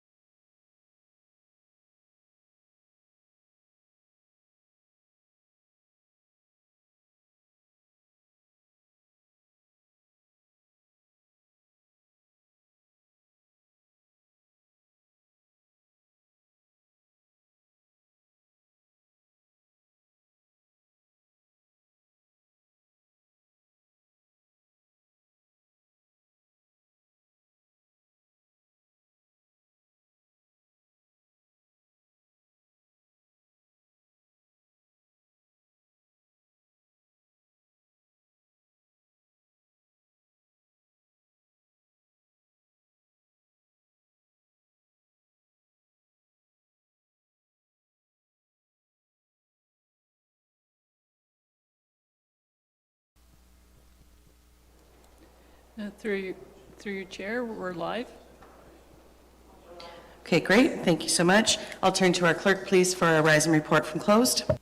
Thank you, Madam Chair. Council entered closed session on July 11, 2024 to discuss the following matters. 17.1.1, a municipal lease agreement.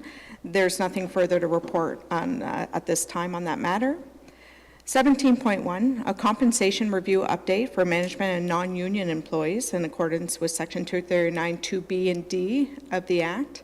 As a result of that compensation review update discussion, the following motion is before Council. That Council approve an increased compensation adjustment amount of $50,000 to finalize the 2024 compensation review recommendations to be funded from the general reserves. If I can get a mover and a seconder, Madam Chair? Mover and a seconder. Councillor DeLeo, Councillor White, all those in favor? And that carries unanimously. Thank you very Your much. Worship. Council also heard item 17.2, Nottawasaga Valley Source Protection Authority, Source Protection Committee member replacement. As a result of that discussion, staff direction was provided in accordance with the Municipal Act. That is all. Thank you. Thank you very much, Madam Clerk. Moving on to number 18, bylaws. That bylaws 2024-57 and 2024-58 be received and be deemed to have been read a first, second, and third time, passed and numbered. Mover and a seconder, please. Councillor Timms, Councillor Ego, all those in favor? And that carries unanimously. Number 19 is adjournment. This meeting will be adjourned at 1:28 p.m. Thank you very much.